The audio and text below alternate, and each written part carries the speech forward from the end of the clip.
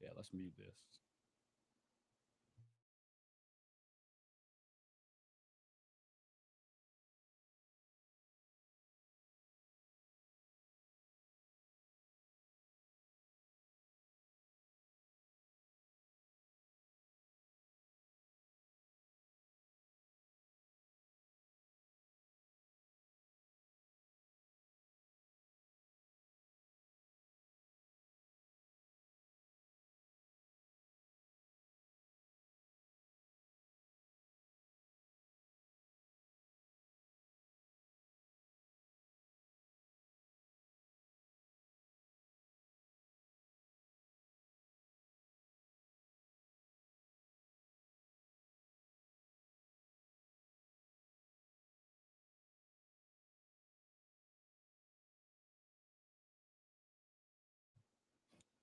And good evening. It is the Group Chat Podcast. We are live here on this June the 4th. Crazy to think that we're already in the month of June. I am Casey Gisclair. He is Jacob Gyro. He is Damian St. Pierre. We are going to be chatting with you guys today about all sorts of topics in the world of sports. We are going to recap the LSU baseball weekend. Whew, I whiffed on that. I thought that it was over after game one with Little Rock. Little Rock had other plans, but LSU is moving on. We'll talk about that. Talk a little boxing. For those of you who watched live on Sunday, we will kind of repeat and rehash some of that stuff as we had some recording issues. So we're going to make sure that we get all that out there. We are in the swing of things today. We do 99.9% believe that we've got our phone lines running. We did a test run. We think we're good to go there. We'll talk about summer basketball. I'm going to get Damien's thoughts on a young eighth, soon to be ninth grader getting a scholarship offer from Nicholls State University yesterday. Zion Williamson's going to be a Pelican. Joe Dumars confirmed that today. He also confirmed that Willie Green will be the coach next season. NBA Finals predictions: Tom Thibodeau getting fired, and the Magic breaking out some swagadelic new uniforms that are really legit. What we got here? Today is fantastic. First off, I'm 99% sure that we have the phones working. Second, we got a new backdrop courtesy of our sponsor at DTB. We got Livy Dunn in the house, courtesy of Peyton Abear at Rouse's. Shout out Peyton. Shout Peyton that got us that? Yeah. I didn't realize that. He grabbed So all four from we our houses in the jam-packed show. We got some different stuff coming at you. And tonight is going to be an absolute blast. Jump in the chat if you want to interact. The phone lines, we'll open them up in a bit, but you can see bottom left of your screen that they're live or they're going to be live. And if I ignore your call, just call back. Yeah, there you go. We will announce some shenanigans in our cash contest, which That's has where I was already going with that first started chat, in yeah. our chat. We see we've got a lot of robots that are apparently big fans of us, including one that's watching our live right now. So, hello, Jahona. We appreciate your support. Hey, so last night the crew and I got together and worked on our template for our website, and we are somewhat live. If you go to group chat podcastdtb.com, you're going to see a breakdown. We have all of our content, all of our Facebook content, all of our YouTube content, all of our TikTok content, as well as some other stupid stuff. There's an awesome team introductions. There's a whole slew of stuff to keep you occupied. But that's where we're going to start linking a lot of our stuff to. We're going to start driving some traffic there in hopes to keep on rolling, keep on doing what we're doing. Absolutely. No overrated, underrated today. We are doing Would You Rather, which is a whole lot of fun, and we got some really good stuff. We've got our Not Mods mailbag coming up, brought to you by the Lafouche Concert and Events Club. We got a bunch of questions from our regulars, and we're looking forward to diving into all of that. So we have killed enough time to get all of our friends live, watching the live video on social media. So let's recap the boxing weekend. We had Victor Hernandez fighting in New Orleans. We went live on Sunday. So for the crew that was watching that, you'll get to hear us break this down again. Victor was fighting a journeyman, a 40-plus-year-old Brazilian who had had some losses, but we said, hey, look, this is a guy who's got some rounds with some very good competition. And we said, yeah, Victor's probably going to win, 99.9% going to win. But, want to see him show us a little something. Well, he showed us a little something. He got a first-round knockout, beat the snot out of the dude that he was fighting. Another notch on the belt of Mr. Hernandez is now 14-0, and he's heading into what is going to be a very big fall for him as he is going to be fighting in Nashville coming up on in August. I saw you. He had El Paso lined up there. That's no longer listed. The one thing that stands out to me about Nashville, though, Damian, 10 rounds. I don't know if we've ever seen Victor in a 10-round fight. Leads me to believe it might be a pretty big fish coming in and taking him on. They might have had El Paso as the restaurant. Maybe Victor was eating there. Hey, look, shout out Woosai Johnson back on the card in Nashville. So that leads me to believe what that may look like. See, I hope I'm not the one fighting Woosai Johnson in that card after the things that I said about him on this show. I mean, if they pay me enough, I may get in there. We'll see. I don't know. Yeah, see, I'm all right with that. Yeah, I'm good. Hey, but look, let's get back to topic here because we're going to be off the rails in the first 30 seconds. Yeah, Victor did exactly what he needed to do. He was dominant. He looked bigger. He looked stronger. He looked faster than his opponent, and all things that he should have done. Yep. But a minute 28 seconds, anytime you get somebody out that quick, that's exactly what you need to be doing. He had a tremendous crowd. I saw multiple Facebook posts of videos and people taking pictures. It's an event, and Metro looked like an awesome venue. I can tell you that they had the LED boards going around the whole ring. They had the music going. It was pretty special. And if you go to Group Chat Podcast DTB, you could see the minute, or actually probably 40 seconds of the fight, because I think that's the only one our correspondent, Du Fonseca, decided to film. Oh, we're naming him today? We didn't name him on Sunday. We said we were keeping him nameless. But we didn't have mics on Sunday. No, shout out Du Fonseca. I appreciate the video clip. Dude, I saw some videos from the fight. What was it? Friday, Saturday? When was the Saturday? Was the fight? Saturday night. Dude, it like they had some seats there. Like you were almost like over the ring with that in those balcony areas. That was legit. Yeah, that's a legit setup there. That's a good place to host a venue. And didn't look like they had many seats to give up either. No, It did look except packed. two, me and Murders, because Tommy didn't invite us. Correct. That is absolutely correct. We've already discussed that part. Yeah, Vado showed y'all up pretty big. But it's our fault. And look, right now he's not here to defend himself, so it's the perfect time to pounce and bully him whenever he's not here to defend himself. Later on, we do expect to have an appearance from Mr. Tommy Vado. We do expect to have an appearance from Mr. Nick Hebert. So y'all know how this works. On Wednesdays, we'll be live until probably north of 10 o'clock, and we'll be just cutting it up. Aldemar Silva was the opponent. 1 minute and 17 seconds. He got him out of there. Aldemar Silva is a guy who, as we discussed on Sunday, had been getting kicked around a little bit, but in his previous fight, it's a couple months prior, he took on a 13-0 prospect, went the distance. Before that, he took on a 10-0 prospect, lost, but it was 2 minutes and 27 seconds in. What I'm getting at is Victor got him out of there pretty much quicker than anybody else has, which I think is a good sign. Damian, how impressive was the level of impressive for Mr. Hernandez? I think he did exactly what he needed to do at this point in his career against an opponent like that. And anytime you get in the ring, and I'm sure we'll hit on this later, anytime you get in the ring, you can't look at records, you can't look at age, you got to just go and get your job done. And he did exactly what he needed to do. He's on the up and up. 14-0 is a very pretty record, and they're looking to build, and they're looking to go something pretty quick. They're looking to get something pretty quick in his next fight. As long as he's staying active, it really doesn't matter who he's fighting. If the thing in boxing, either you're building your record and you're not getting as much money, or you're taking chances and you're going to make some money. Right now, Victor's in that stage of he's building his record, and is exactly where he should be, and doing exactly what he needs to do. And as long as he's got his mind focused on the long-term goal of winning I was about to say a national championship, winning a world championship, winning a natty. All the right things are happening, and I'm hoping Victor shows up today. There's a possibility that he'll come in studio with us today. That would be awesome. Yeah, that would be great. So just rounding out the other part of the card, which we did on Sunday, but you probably didn't hear us. Antonio Gates lost a split decision, not the tight end again. Where is this fight at? Oh, to Junior Machado.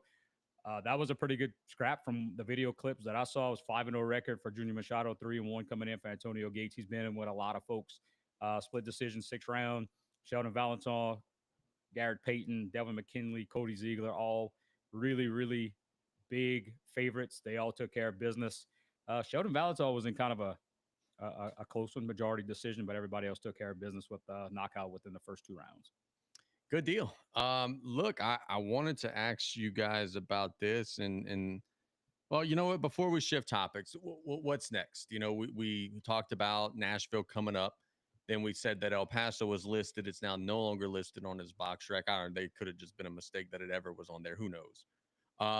But for Victor, what should we expect to see? Is it going to be another about 500 guy? Is it going to be a guy that's 10 and 60? Like what are we expecting to see? Because on one hand, you've told us Nashville's usually the place where it's pretty lopsided fights and one-sided. But the 10 round thing kind of sparks me as hey, maybe they're bringing in a dude that could challenge him a little bit. So what should we be expecting to see when that card is finally announced? Yeah, so I'm glad you made that point because that's something that I really didn't notice that it was a 10 round. Normally, if you fight in a 10 round fight, it's going to be somebody that's either been 8 or been 10 before or been 12 before. So it's got to be somebody credible and it's got to, especially if he's going to be 10 rounds is usually the main event. So it's going to be somebody, it's got to be somebody with the north of 500 record. That's my expectation going into that Tennessee fight. Very good. Jacob, you had a chance to watch the fight. Victor did what he needed to do, beat the crap out of that dude. He looked great too. He did. Mobility, his size, and you gotta love, especially like we talked about on Sunday, all the people that come from down the bayou support him constantly, and we even saw that whenever we went to Biloxi. It was full of down the bayou people. So Absolutely. So now kind of shifting gears a little bit, and we'll talk about Zane the Train in just a second, but this is something that's not even in our notes, but it's something that we both saw. So I'm not going to be hitting, Damian out of left field here, but I notice it's something that is no longer on the Facebook page that it was posted on, which is kind of interesting. Jonathan Guidry had posted on social media, "Hey, bro, like my contract with Don King is done. I'm about to be, free. I want to fight, bare knuckles, boxing, whatever it may be." That is no longer on his Facebook page. Don't know if he just regretted how strongly he worded it. Don't know exactly what that was there. But we do have another local fighter who's big time, and that would be Mr. Guidry. He's fighting at the heavyweight level. What should we expect to see from Jonathan here if indeed his contract with Don King is up? And, is he gonna do something other than boxing the bare knuckles thing? Like what if you were advising him, what would you tell him to do? But look, he's a dude who's 21, 1 and 2, just beat, Stavern a couple years ago, has been getting, kind of stay busy fights, been knocking the crap out of people. What would be your advice to Jonathan to try to get him to, stay busy and stay on the winning track? I didn't really want to say what's the first thing that came to my mind because I think he's topped out. And Yeah. I'm just being real. He was born in 89, so that puts him at 35 years old, I believe. Yeah. That's getting up there in age. Apparently he's had some legal trouble and he's got to get some fights. Fighting Bobby O'Bannon, not going to help. If you want to fight again at that top level, which he's done and he's competed at. So credit to him. Shout out to him for that because not many get to do that. Not many get to perform at that level on that stage. A lot of folks get to that stage and crumble. And he didn't. So obviously he's got some talent. He's got some big wins over some name fighters, but he's got to do something now. And calling out Don King, look, I'm in the recruiting business. If you go on social media and you bashing companies, guess what? Other companies see that. And they kind of stay away from that because guess what? You're next to get bashed. 100%. And that's not really what you in business for is to get bashed. So I remember, I think it was Martin who told me this, Martin Verdon, who told me this, said, "Hey, look," and Martin and Jonathan are brothers, right? I want to say it was Martin, and maybe it was somebody else, but I think Martin told me, like, dude, when my brother is focused and when my brother's in shape, my brother is a world-class fighter. Yep. Yeah, no doubt. Last time we saw him, though, he was 287 pounds.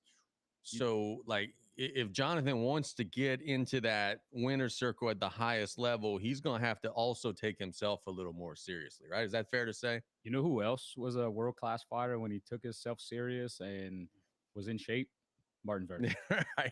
Martin was a hell of a fighter, but that guy, he liked to not train. He liked to go out there and look, he fought on a high level as well. I got the awesome opportunity to manage him for quite some time and developed a good relationship. We had a little falling out, but now I think we're good. If not, I know otherwise. I don't know otherwise. But it's boxing, man. You got to take your craft serious. If you don't, you're gonna get beat up. Even sometimes if you do take it serious, you still get beat up. So to go into the ring, that's like going play in the LHSA top 28 and they're not practicing. play you 20 games and never practice. Odds are you're not going to win.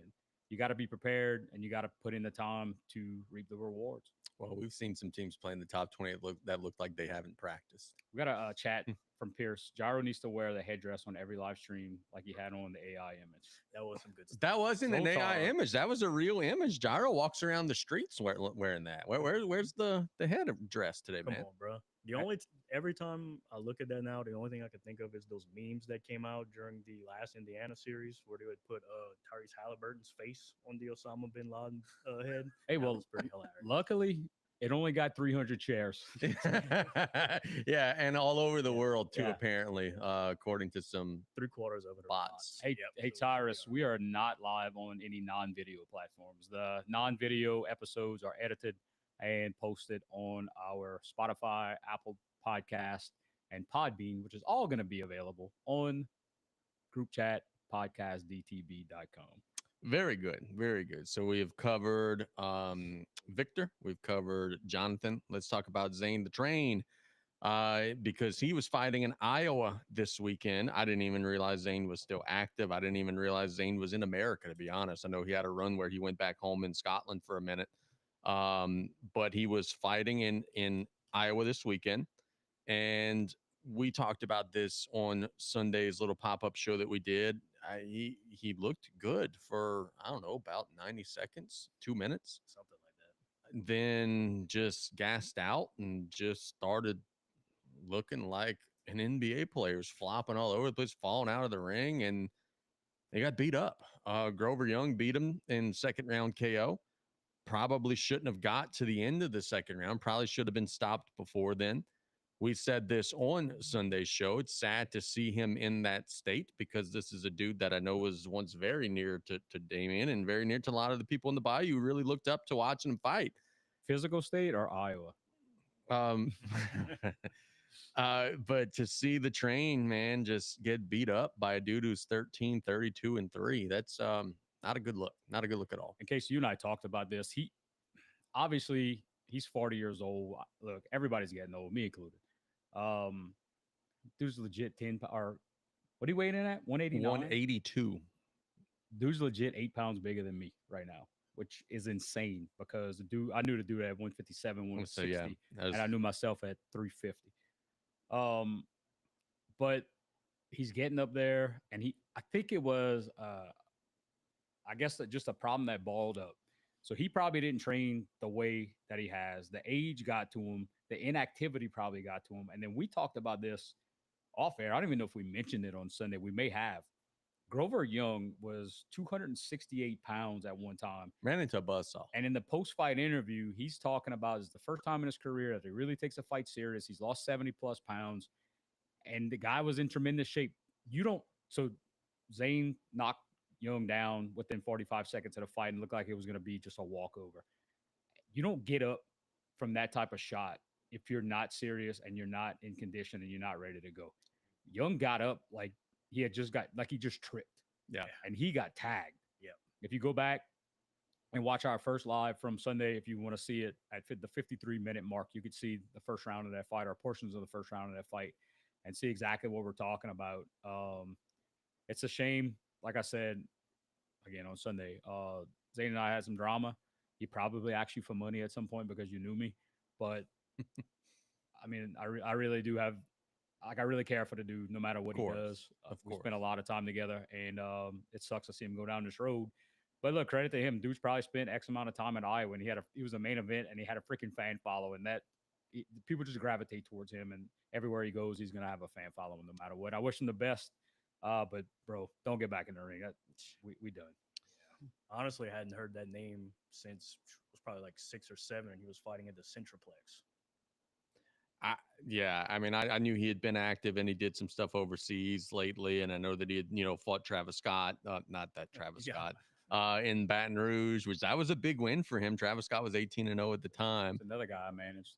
Yeah. So, all right. When was the last time Zane was under the label? What was the last fight? I got the list here. You could, if you need. Hammock. Okay. Yep. So let's assume here we annihilated Hammock. Yeah. Like he could have brought a hammock to the ring. So let's assume that the fight at Quest Arena, the Big 12 round fight, let's assume Zane wins that fight. It was close. I know don't it was close. Yeah, looking at the like, what would have been next? Really, like, would he have been fighting for like the best of the best at 156? Like, what would have been next at that point? So at that, what was his record at that point? Can you I don't know what his record was. probably But like 18-5 or something, or 18-4 or something like that. 2. It looked like he had 2 Okay, losses. so probably 16-2 or something Yeah. like that. That would have been big because there were some not scouts, but promoters in the building. We're always looking to get signed. Obviously, I'm not a promoter; I was a manager, so we're always looking to get signed. We probably would not have taken that Anthony Greeley fight because that dude, he has got a backwards record, but he's very much, I say you barely beat him. yeah, he's very much a scrappy guy that can win. If you look at his record, he's beaten some really, really good guys. We probably would have taken that Will McIntyre fight if Zane was in better condition. He would have whooped Will McIntyre. See, so he gained 16 pounds in that 1 year between. Yeah, those so fights. that was strategic. Okay. Will was a bigger fighter, but we thought that we could beat him. And Will was older at the time as well. Will's an awesome dude. He's a police officer on the North Shore. He actually was the security guard at one of our games at Nationals, and I got a chance to talk to him. And then if we win that fight, you looking at a ranking at that point, and who knows, man. Yeah, to think Opportunities like that is why you get into boxing, to be able to play in that area. and to think like it wasn't that far away. Like you said, the quarter fight was close. The fight with McIntyre was close. Like it wasn't that far away from being a very realistic thing. Crazy. To be honest, I don't know how, and I guess because it's Cleveland Quarter, it was his state commission. There allegedly may have been a failed drug screen after that. Well, he announced his retirement after the fight. No, not on his side. Oh, Yeah, I see. yeah. Allegedly. I don't know. Nick is asking, who's that broad behind Gyro? We got Livy Dunn here in studio today. We had to get a cute blonde to take your place, Nick. Nick is in a bad spot right now, dude. And look, God bless all of our dancing schools. God bless all the kids that are participating in our dancing schools. It's awesome. It really is. Keeping the kids active, keeping the kids part of a team, and keeping structure. But for us dudes, we don't like having to go watch that shit, man. So Nick's in a rough spot right now at that dance recital. And I am reluctantly missing one on Saturday. Missing one Sunday. Reluctantly, huh? Gotta play basketball, man. Hey, Fair enough. smart man. Nick, did you bring your headphones with you to like at least listen to us during the downtime? He got his phone I hope speaking to his ear Probably in the so. middle of the recital. Yeah, he look. I remember one time going to one for my godchild, but hey, You got to do it. they asked, and what are you gonna say? Oh no, but I remember going and listening to LSU baseball game the entire time, and she, hey, how I did, Pran? Good, Fantastic. You did great. you did absolutely wonderful. Hey, real quick before we jump off the boxing bandwagon, last night we had ran a couple stories on our Facebook and now on group chat podcast dtv.com.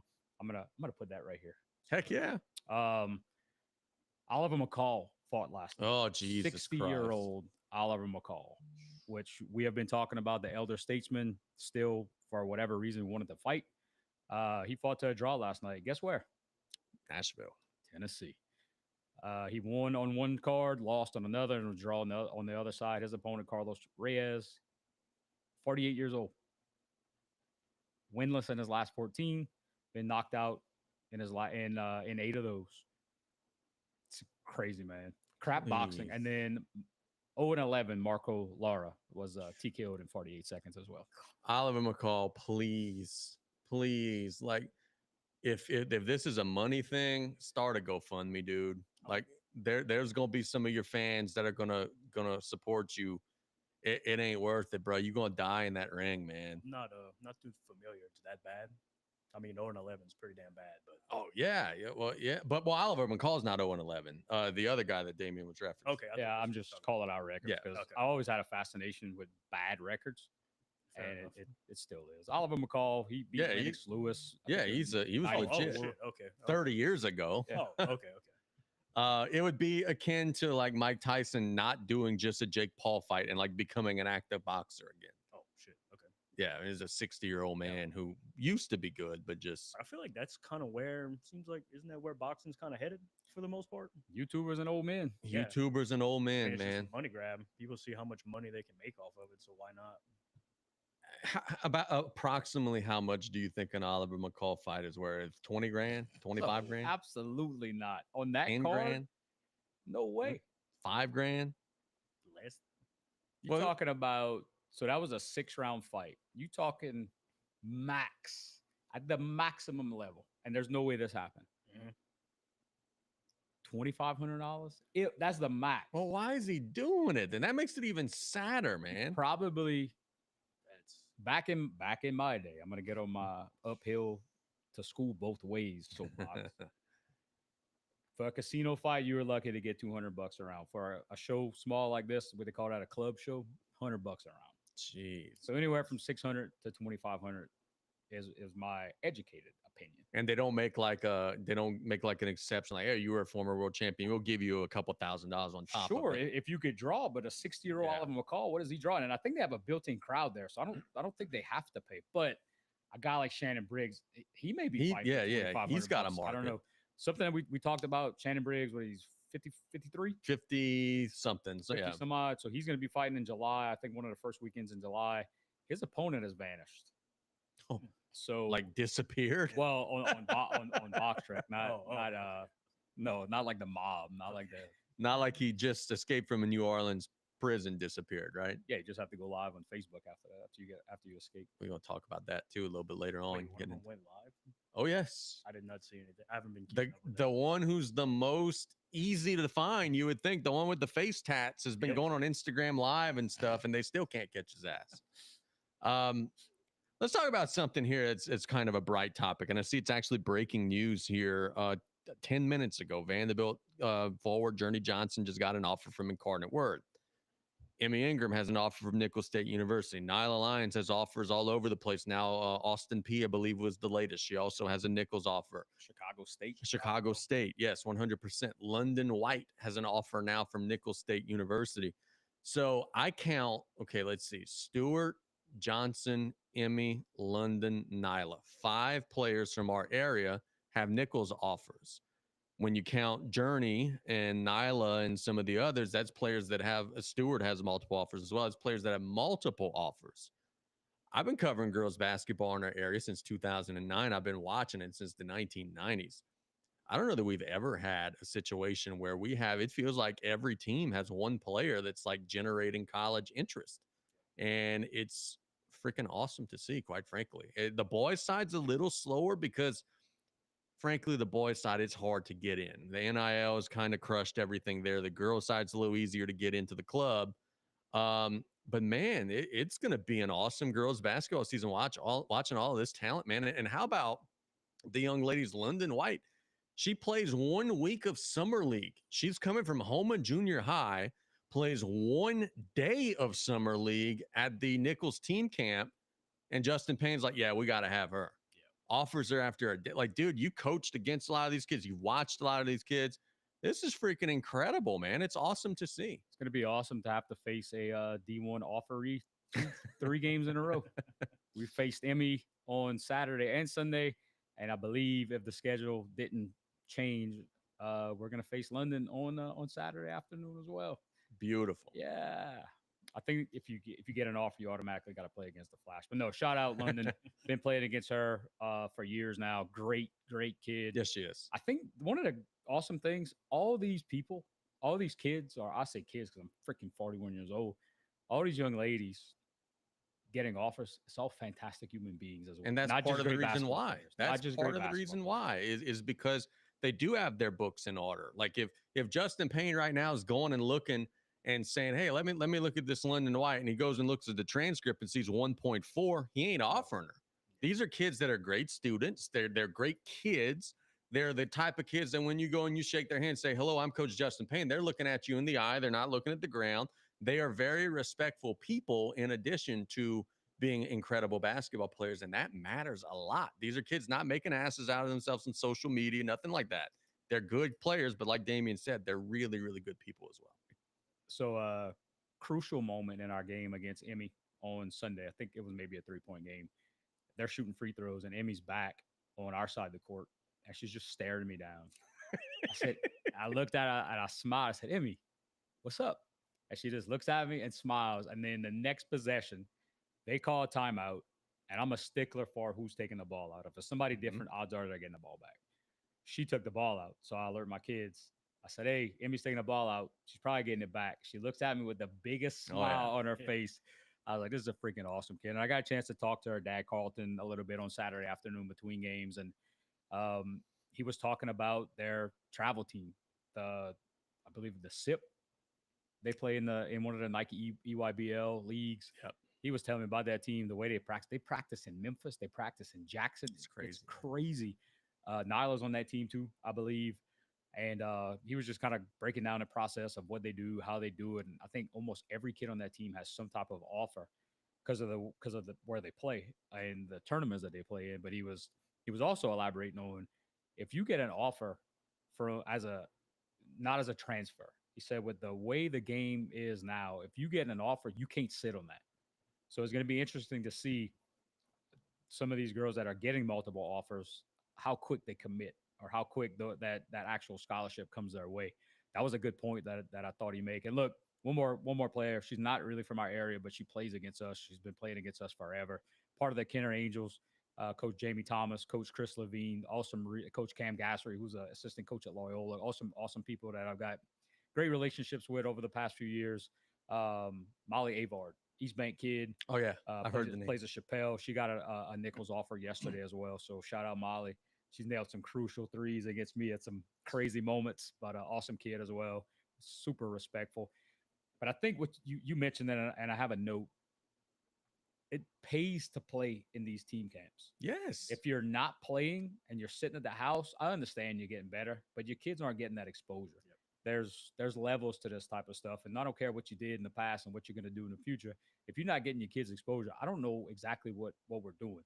There's college offers galore on the local circuit. There's 100% value playing at these team camps at all these local colleges. It's built-in scouting for your kids. You got to go do it and you got to get it done. And on the flip side to that, Jacob, is how awesome is it that Nichols has a girls basketball coach that understands, hey, I want to keep these girls here. I want to host a team camp. I saw Damien just mentioned the young lady was Chappelle. Yeah. The young lady at Terrebonne, Emmy. I saw there was a young lady that plays for Opelousas this weekend that got an offer based off of the team camp performance. Like, so Coach Payne and them, they're not just waiting back. Like Nichols used to be a place. Look, let's be real. Let's call it like it is. 10, 15 years ago, Nichols was a place that would get the restons. They would get the last chance you kids, the kids that didn't have other offers, whatever it may be. Coach Payne saying, shit on that. I want to attack this thing. I want to go and be the first one to offer these kids. And we're going to maybe get some big time prospects into here. And instead of maybe scouting somebody else playing at the Northwestern team camp, why don't we just have our own? And I think that that's an awesome thing that they're doing, and they're getting great exposure and building great relationships. It's an awesome thing to see. And that's on him. 100% on Coach Justin Payne. Yep. He's changed the culture. He's made it fun. And look, he coaches his ass off. Yes, he does. He doesn't give anybody any slack, but just his style, his charisma, even the way down to the way he dresses, it's attractive for folks to go and play for him. I know if I was in line to go coach with him, I would take that in a heartbeat because I know I would learn something, and I know that the energy level at practice must be insane. Yeah. And it's just an awesome place to be. The culture is great at Nicholls State University on both sides right now. Yeah, and that kind of goes back to the original point. I mean, that just kind of speaks to the growth of just women's basketball down here in general. Because like you said, you can't remember a time where there was that many local schools with that many offers way before their senior season even starts. So that's just good to see. I mean, and I've only been really around the girls game for Coach Damien brought me on probably the last year or two. And before that, I could have told you that I never in my life would have thought that I would coach girls. Yeah. Like, I just thought it wasn't for me. Yeah. I just thought there was no way. You always see like the little itty bitty kids just running around, screaming, crying. You just, I can't do that. But now that I've been around it, I honestly love it. I know what comment's coming next, and I'm just going to say it before it pops up because we may be on a little lag. You know what Gyro calls coaching or was calling coaching girls basketball? What's that? The easy way out. Shout out I Shout out see. Murda. And now he figured out that it's not that easy. So while we're on the topic of colleges and commitments, this is something that is not on our list. So again, I'm throwing y'all something out of left field. Kirby Smart said in Florida at the SEC meetings that, and he was talking about NIL regulation and different topics, and I think he was on Feinbaum when he said this. He said that schools are having to pay recruits $20,000 a month when they're in high school and when they're committed to you to stay committed to you and to become a signee at your school. So we hear about NIL and we know Bryce Underwood got, I don't know, $10 million, whatever it was, to go to Michigan. But now it's to the point where, all right, Little Junior says, I'm committing to LSU. Well, Little Junior's uncle saying, yo, BK, if you want my little nephew to stay committed to you, you might want to send the stipend this way of 15 grand, 20 grand a month. This NIL shit is out of control, man. What are we doing? That was definitely always a thing, though. You ever? Yes, it's legitimately blue chips Yeah. coming to real life. Yeah. Ricky Rose daddy needs a tractor. Get him a tractor. Penny Hardaway's mama needs a house. Guess what? Get him a house. And now you could do it legally. Before you had to have the friends of the program. When it comes to all that stuff, like everybody freaks out about the breaking news about what they do, and all of that doesn't really surprise me. Like they've been paying those guys since way before NIL was even a thing. So our government is trying to get in there. Yeah. Trying to pass the How tax so? on the gambling to be able to give the schools NIL money. So Through gambling, So like my losses on FanDuel would go to LSU's collective? Probably your wins. My win. Oh, so the taxes on my No, winnings. I really don't know that. Yeah. I don't know much about it. Our legal have to expert look would have to into that. jump in on that. Hey, so it's a cool segment that we talked about doing, and if we catch on Wednesday, and I guess we'll talk about it later whenever that the question comes up. But take a quick bet on like a first to score, whatever. Kind of stream that, get a live reaction. yeah. I think that'd be something that'd be cool. Yeah, live kind of thing. This will not be on this show, so we could talk about it. But the big viral thing on TikTok right now, I don't know if it's viral. It's viral on my algorithm, but Angel Reese first miss shot.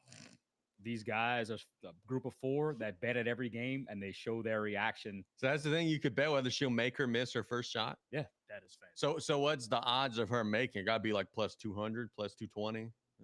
That's her field goal percentage is 32%. So it can't be even odds, I wouldn't think. I just got accused of drinking out of 2 cups. Yes, I am. One's water. Hey, these people leave you alone, man. We got a bunch of haters that are. No, I love it. I bring on the hate. I'm good. Let's talk about LSU baseball for a second. The Tigers, I said on. I'm gonna pull up that clip just so you can. All right, that's cool. The Tigers, I said on Sunday, we're going to breeze through Little Rock. They were a 4 seed. They were several games below 500. They were out of pitching. LSU still had some pitching. For whatever reason, Jay Johnson didn't use it on Sunday. Neither here nor there. Little Rock beats them on Sunday. Little Rock's beating the crap out of them on Monday. And then Jay Johnson finally uses the guy that I thought he should have used on Sunday, which is your number 3 starter, Kason Evans. He comes in, strikes out everybody, 6 innings, 12 Ks. LSU rallies back. Little Rock still made it tough. And Jay Johnson said, and I think this is profound, and this is, I think, something that's fair to say. He said, hey, look, I don't want the story of this to be, hey, the big mighty LSU struggled against Little Rock. I want the story of this to be, hey, Little Rock kind of balled out here and really played well. So, yeah, LSU got challenged. They do survive in advance, and now they're heading to a super regional at West Virginia. My broadcast colleague during the days, Brian Colley, said, hey, look, when you're a team that has to gut one out like that and you survive, that makes you really freaking dangerous in the future. And I think that that's kind of the message right now. If I were an LSU fan, hey, relax. Don't worry about this Little Rock thing. I think this team's going to be okay. And I got somebody that is kind of with me on that. FanDuel, the Tigers have the best odds of anybody to win the national championship. Jacob, you watched the 2 games. What did you make of LSU's performance? I think Kason Evans deserves his completely own segment. Because without those I believe what is it, 9 straight batters, I believe. 9 straight And Ks. I thought I saw something on Twitter that actually said that might be like it's definitely an LSU record, but it might even be like a NCAA record as well. They said that was pretty nice. And what about that play by Reeves too at third base? That was huge. That kind of pretty much set the tone there. Then they had that Hernandez home run that just kind of blew everything open. I think everything was pretty good after that. Also, I believe that was Jay Johnson's 500 career win. 500 career wins. And it was good to see Bear kind of wake up a little bit Bro. as well. That everybody needed to see that at that point. Dude, just for his own Yeah. mental health. Like Well- you could just see in his face, he was fried. This is a dude that's been hitting home runs and he was just stuck trying to hit home runs, just trying to get on base, striking out. Whenever he hit that home run in the 9th inning, you could just feel the relief. And he did get a big one. It was some big insurance runs. Yeah, that was huge. And also Jay Johnson, makes the move. He puts Ethan Fry in the 2-hole, moves Bear down. Ethan Fry gets on base all 6 times he comes up. So that was big time. The Tigers are big favorites against West Virginia. Here's the thing. The regional round was always going to be the most challenging for LSU because that's where you got to play the most games. Super regional, at the most, is going to be 3 games. You got enough pitching for 3 games. In Omaha, yeah, you got to play a bunch of games, but it's spaced out. You don't have to play every day. There's days off, whatever it may be. So I really think, much like FanDuel, and they agree, LSU is the best odds. I'm not telling you that they're winning at all. That's not what I'm saying. But I am telling you that you could take the Little Rock thing and you could kind of flush it a little bit because I do think they're in a good shape going forward. And we'll see. Could be another special summer for the LSU baseball team. That's a pretty cool thing about baseball. So kind of throw the records out. You had a team that caught fire, obviously, in the conference tournament, brought it into Baton Rouge over the weekend. I tell you what, I those games started way too late for me, first off, because I like to sleep and I have to wake up really early in the morning. And you're going to know that guy's name. I didn't catch the name. Their slugger. Oh, Cairo. That guy was damn impressive. Damien, he was hitting 210 coming into the regional. Like, I don't know what HGH he got on before arriving in Baton Rouge, but I saw this stat. Okay, so they played, I think, 5 or 6 games in the regional. He had in those 5 or 6 games, like, as many RBIs as he had the entire season. Like, he just, look, he's the 7-hole guy. This was not a guy that anybody was expecting to be afraid of. And he just shows up and is hitting home runs and doubles and making diving plays at first base. Like, you're right. And that's a dude that they're already saying, ironically enough, as he's an underclassman, like, he's going to go in the portal and he's going to make some money. Of course. Hey, I got this queued up. Let me see if this works. Yeah. So this is 3 fellas that every day did who does Angel Reese play for? Sky. The Sky. The bet is this is day 6 of her missing her first shot of the game that she takes. Day 6, baby. Day 6. We're feeling good. We're feeling good. Here we go. Here we go. Here it is. Bricklayer. Here it is. Here it comes. Here it is. Bricklayer. Oh, yeah, we could do that. That's good We could stuff. do that. That is good stuff, right? Like, dude, I envision, I don't know, football season biddies, you guys are going to be in the gym a lot and everything, but like, I know there's props where you could bet on what's going to be the result of a first drive. Like, if I take Saints punt on the first drive, I could go nuts after they go 3 and out. Yeah. Absolutely. Look, I think so. We understand we made the mistake of stopping last time we did this when we were in our little shop in Golden Meadow. I think now that the technology is a lot better, we could jump on a call in no time. And obviously, we could just link up here, even if we're not all together, which is awesome to be together and be in the studio. But we could, as the Down to Buy folks say, get it. If we could all just get on the same page, bro, we'd be able to get it. Ellis, that needs to be a sound clip. It Probably does. didn't have that loaded up. What I thought was crazy, fellas, is that the Tigers have the best odds of anyone to win their super regional. North Carolina is minus 330 to beat Arizona. Louisville is minus 174 to beat Miami. Florida State minus 125 to beat Oregon State. Auburn minus 160 to beat Coastal Carolina. Duke minus 410 to beat Murray State. LSU minus 430 to beat West Virginia. Arkansas and Tennessee is going to be a fight. Arkansas minus 146 to beat Tennessee, and then UCLA minus 186 to beat UTSA. So Crazy, man. You're an LSU team that they're telling you you're the favorites now, and they're telling you that you got the best odds of anyone to make it to Omaha. So I think you're in a spot where if you don't, pardon the French, if you don't fuck shit up and you just play well, I think you're going to be one of the last teams left standing for sure. Would you agree that most of the favorites on here are pretty much destined to go in? I think from what I saw earlier, it looked they were just about on. How only can thing with Arkansas and Tennessee, because that's gonna be a Fist fight. I'll watch all of those games. can you really bank on that happening, being the upsets that were had in the regular? That would have been my normal only region? point to go opposite is that, yeah, I would have said that Vanderbilt and Texas would have been locks too, and they certainly weren't. So, yeah, I don't know. But it's hard for me to envision, UTSA making it to Omaha or Murray State. But But that's how, yeah. who knows, man? Who knows? We got a question in the chat from Raj Jomba asking, do they have a line on her missing that first shot? There's no way it's even money, but she's such a bad shooter. It's got to be negative, like minus, I would say minus 220 that she misses. I'm not seeing any. I'm looking it up right now. There's a bunch of stories on here. It's even on Yahoo, but there's no actual. Yeah, I don't know where you can actually Data. bet on that line. Yeah. But that is hilarious, though. So we got a question. Yes, we are going to do our giveaway. It'll probably be in about 4 hours. So stay tuned. Oh, we're doing that today? Yeah, it's on the Oh, list. yeah. All right. Yeah. It's on the Today was list. the deadline. You just made the list. Okay, sweet. I Stick didn't. around. Bonus points to anybody that has the most time watched.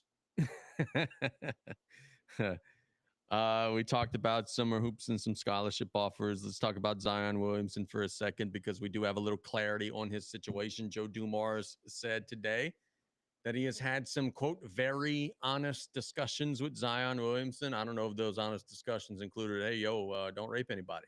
Allegedly. Hey, yo, don't be 350 pounds. Not allegedly. I don't know what that would consist of, but Dumars said, hey, I've had some serious discussions, but he's going to be part of our team. I think that this is twofold. I think that this is part New Orleans maybe wanting to save the relationship, but I also think this is part New Orleans knowing you ain't going to get nothing for him if you divorce him right now. So they know that the best path forward is try to make him have a little success so that you can maybe sell high in the future. Yeah, man, the Pels are going to run it back. We talked about this Sunday. I don't think they have a very bright immediate future. But trying to get Zion to, give a crap for a little while so that he can move on somewhere else maybe in the future might be the best way to go. I think this might be it. There's no way if that rumor or his alleged charge has validity to it, he's done. Yeah. Absolutely done. Yeah, like in career done. Yeah. He can't play a full season. He can't stay under 400 pounds, and he can't keep his hands off of women. That's a 3 strike and you out rule, and your GM doesn't like you, and the coach that probably likes you is the reason that you're still around is not going to be there for that long. Hopefully, Yeah, that's it. I would ask. I don't know how he made it through all of last season, but with the way that the Pelicans organization runs, I'm not really surprised. But as far as Zion goes, I mean, you need him, and it's been kind of proven before that. I mean, it's pretty common that most athletes get accused of rape here and there, and they've all denied it, of course. And I don't really see it being a true thing. Common for athletes to get rape charges? Yeah. No, it's not. It is. Okay. I thought that was like at a 3% level, but No, you see a lot more often than what you think, especially college athletes that are about to get paid. They get it a lot more often too, but it's still pretty common. excellent chime in, Gyro. Thanks. Casey, we talked about this last week, I believe, with Joe Dumars. Mhm. If you get a new job, what do you want to do? Put my stamp on it, man. Make a splash, right? Yeah. Show them that the hire was worth it. Dude's doing nothing. You know why?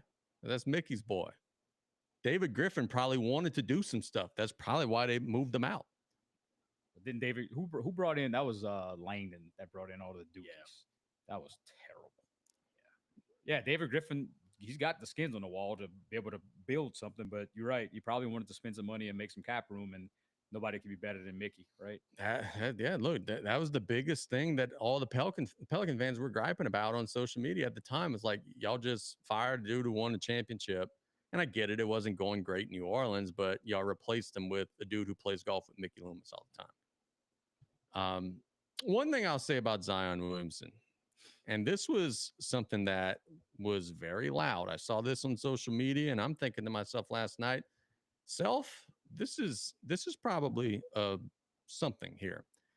Coach K, and I don't have the video. If I were a little more prepared, I would play the video. Coach K was talking on X about about Cooper Flag and how he thinks he's going to be a transcendent superstar player in the NBA. Coach K said Cooper Flag's the best freshman we've ever had here at Duke. Who's we? That's what I'm saying. He's not the coach anymore. That's a great question. Is this it? Is it a 15-second clip or It's longer than that? I don't know. If you pull it up, maybe I could see. It looks like it's this one. Let's see. No, he says Cooper Flag is the best freshman that we've ever had at Duke. Yeah. Let's restart it.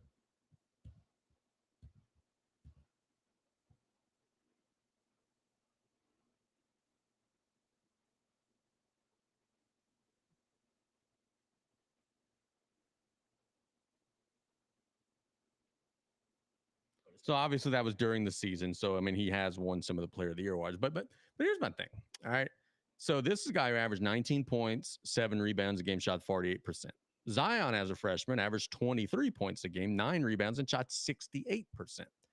So the fact that the old ball coach is saying that Flag was better than Zion, definitively better than Zion, Zion's probably a headache to deal with, brother. Like, come on, man. He didn't even, without hesitation. Oh, he's without question the best freshman we've ever had here. Zion has better numbers. Why didn't you include him? It's probably a head case. So this is not on our list. So this is off the dome. Coach K is an absolute racist. Ooh, bringing it out. Hot take of the day. Is there a rebuttal to that, What- Jaro? what- Jaro's the resident I Dookie don't- here. I don't think so. I've never heard that before. He did Gives- say- I've what never gives you had that thought idea? before. Yeah. Oh, okay. Now he What did gives you that say to just throw a little water on. He did say that Grant Hill was the best player he's ever coached. Grant Hill's kind of in the middle. You can go either way.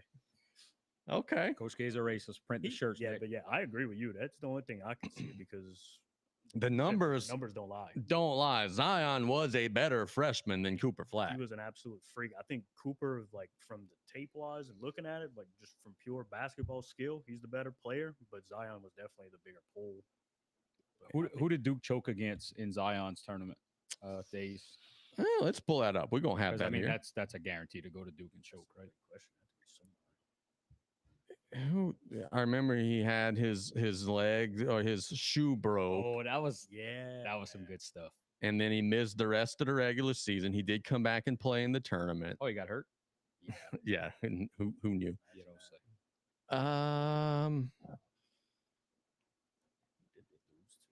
I don't have it has all the games. It doesn't have a list of the games. So that was Duke 2028, 2029. Who if only we had AI, right? Michigan State? Yeah. Of Michigan course. beats Duke led by Zion. Of course, Tom Izzo. Tom Izzo was the racist to bed. I like that we've done this to Coach K.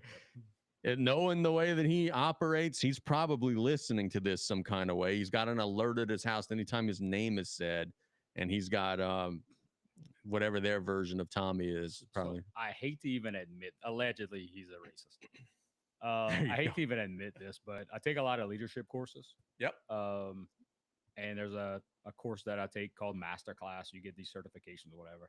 The only sports version, like the only coach, was Coach K. Oh God. So I had to sit through 6 hours of him talking. It was good. It was good. But now that I know he's racist, I'm done with. I'm gonna toss up. Alleged. I'm gonna tear up my certificate and throw it away because I don't deal with that. The NBA finals start tomorrow. We've got the Oklahoma City Thunder and the Indiana Pacers. I was actually talking to Brandon Brown, and boy, if Brandon weren't running a summer league today over at his place, we would give him a call. He basically said kind of how I feel. He's like, hey, look, I know the Thunder have a better roster, but until I see somebody beat the Pacers with the way they're playing right now, I'm going to believe it's going to be tight and it's going to be very hard fought. Vegas thinks that's BS. Vegas says the Thunder are rolling. They're a 10-point favorite tomorrow. The odds are the most stacked as they've been in 20 some odd years for the Thunder. I don't know. I just ain't buying it. I think that Indiana gets too many good shots. I think the Thunder are very young. I think that the moment might make them kind of get tight a little bit. What say you? Will we have a close NBA Finals or will it be a walkthrough? I'm going forward to Thunder.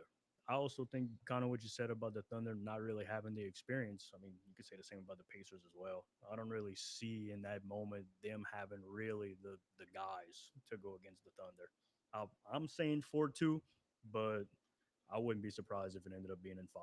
Damon, you were a big pacer guy in the last series. Can they do it again? Look, I would say shock the world. I think that's disrespectful. I don't think that they shocked the Knicks. I think they were better than the Knicks. What do they have to do to try to maybe make the magic happen again? Man, I don't even want to say this because I really like the Pacers, but I'm going 4-1. It's gonna be Thunder in 5. You think they're cooked? Yeah, and you made a really good point on play-by-play this afternoon about literally nobody's talking about this. Yeah. The headlines are all something else when it should be NBA Finals. 24 hours away. The ESPN.com lead is a hockey story on the top headlines. We've got Big Ten, we've got soccer, we've got Red Sox, we've got WNBA, we've got tennis. Literally nothing about the NBA Finals. I mean, it is the Stanley Cup, but come on, it is the NBA. Our chat is live right now. This is awesome. Yeah, I think the Thunder are ready. Murder. Shout out Murder. Yeah, good stuff. A resident troll.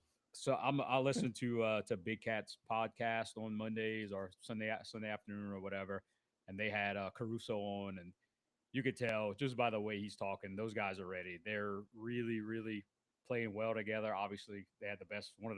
Did they have the best regular season record? If not, they were I damn believe they won close. 60 plus. Yeah, The Thunder 68 Yeah. games. Yeah, they had the best record. they're in a really good spot. I think I like the small markets. I think it's going to be a really good finals. I think it's going to be some really well played games, but I do think it finishes in 5. I'm kind of in the middle. I think Indiana's going to play with them, especially at home. I think kind of like Gyro. I'd say Thunder in 6. Now, look, I hope I'm wrong. Yeah, I really, I'm truly rooting hope I'm for wrong. Indiana. Yeah. 100% rooting for Indiana. Truly, the series in itself is great for basketball. Like, but for the casual, like occasional fan, they don't really care because they don't know any big names. But you have an opportunity to learn all these guys because this is the next gen that's coming Yep, up. yep. You're gonna have to know them because both of these teams are gonna be there year in and year out unless free agency just attacks them. Exactly. What does it say about the NBA players and how little they may know about their colleagues that Tyrese Halliburton was rated the most overrated player in the NBA? I think he's one of the most underrated players in the NBA. Like they do a poll at the end of every season. Who's the MVP? Who's the coach of the year? Who's the most overrated? Who's the most underrated? Halliburton was listed as the most overrated player in the NBA by his peers. Some bitches in the NBA finals. Yeah. Like, I think if we did this poll again tomorrow, I don't think he would be winning that anymore. You know, there's a lot of high level athletes that don't really care to watch the sport that they're participating in. 100%. I've learned that in the boxing game. I've learned that in the basketball game. I think there may be one kid on my whole 19-person 2-team roster that actually actively watches basketball. Damien, look, I'll say like this. Watch the way these teams play with a 15-point lead and 6 minutes left. And that's apparent. They don't know what to do. They don't have that, hey, I've seen this situation 7,000 times before as a kid watching it or playing NBA Live or whatever. Like they're all computers. Like, okay, when I get the ball in the wing and I'm free, I'm supposed to drive to the goal. They have no understanding of situation. And I think, honestly, what you just said there, and I never really thought about it before, but it's a great point, is that might be why we see so much stuff that is weird, like blown leads and bad shots, and because they don't have that background knowledge to fall back on. So look, I didn't play basketball at a very high level, and I think I could hold my own. I could hold a clipboard with anybody around here. That's how I learned, watching. I watched so much basketball coming up and playing video games. Nick made that point a bunch of weeks back when we first started this conversation about people learning how to play man-to-man defense on NBA 2K, the My Player. Learning that you can't just follow your person all over because you you lose. I never played the damn game, so I don't know. I'm just going off of what he said. Yeah, knowing when to sag off, Yeah. knowing that you can't face guard because then they're going to backdoor cut you. Like knowing the stuff that gets you burned on the video game is the stuff not to do in real life. And then I learned a lot of coaching by watching a lot of college and a lot of pro basketball growing up. And, I had a lot of really, really good mentors whenever I first started coaching, or as I coach. I'm still learning. You got to invest in your craft, and watching and scouting is one thing that's huge. Yeah, no doubt. Got this here on it's not on the list, but I'm going to add it to the list here on the fly. FanDuel has banned a bettor today, brother, for heckling Gabby Thomas at a track and field event. I ain't going to lie to you. I think this story is hilarious. So I'm Gabby Thomas. All right, so she's a gold medal track and field runner. She's a sprinter, okay? Shout out Gabby Thomas. Shout out Gabby Thomas. A bettor bet against her to win a race. And then when she lost, trolled the ever-living shit out of her and basically was saying, hey, you lost. You made my parlay win. All this stuff. The bettor goes by Mr. 100K a day on social media and describes himself as the track and field bully. Posted a video of himself heckling Thomas ahead of the 100-meter race alongside a screenshot of a $1,000 parlay bet on FanDuel. He said on X, I made Gabby lose by heckling her and made my parlay win. I ain't gonna lie, dude. We're kind of soft. This is kind of funny. How old is Gabby Thomas? She's an adult. She's an Olympian. Then she's got to deal with it. Thank you. Like, okay, why do the track and field athletes be immune to this? If you would have done this to LeBron, if you would have done this to Drew Brees, Patrick Mahomes, they're not throwing you out and banning you. Why does track and field get this golden pass that all of a sudden you can't do this? I don't know. They're making your boy's dad sit in the suite for the finals. Yeah, you're right. But Gabby Thomas is a 28-year-old woman from Atlanta. Society is super soft. Yep. I made a comment this weekend to an official who was super soft. That I think it was Murder that got me teed up this weekend. I only got one tee this weekend. Yeah, it wasn't too bad. The guy threw the ball. We had a violation, some stupid whatever. And the ref said, well, it's in the rule book. We got to call it. Great. So he throws the ball at the free throw line to the opponent, who happens to be the home team. She fumbles it. Oh, no, bro, we're going to redo that. I said, whoa, that's not in the rule book. And I think, or maybe Murder said that, and I got teed up for it, but whatever. We're soft. And that's what I said. You are soft. So in the video, the bettor says, don't choke Gabby like you did yesterday. You're a choke artist. You're going down, Gabby. That's really not that bad. Yeah, it's not like We say worse stuff here. it's not like he was degrading her or anything. That leads me to these prima donna pro athletes who get pissed off when somebody's bitching at them that they didn't do well because they messed up their fantasy team. Guess what, bro? That's the business. Like the Godfather said, that's the business we've chosen. That's why you're making millions of dollars, but people give a shit about you. We didn't ask who sent the orders. It was about business.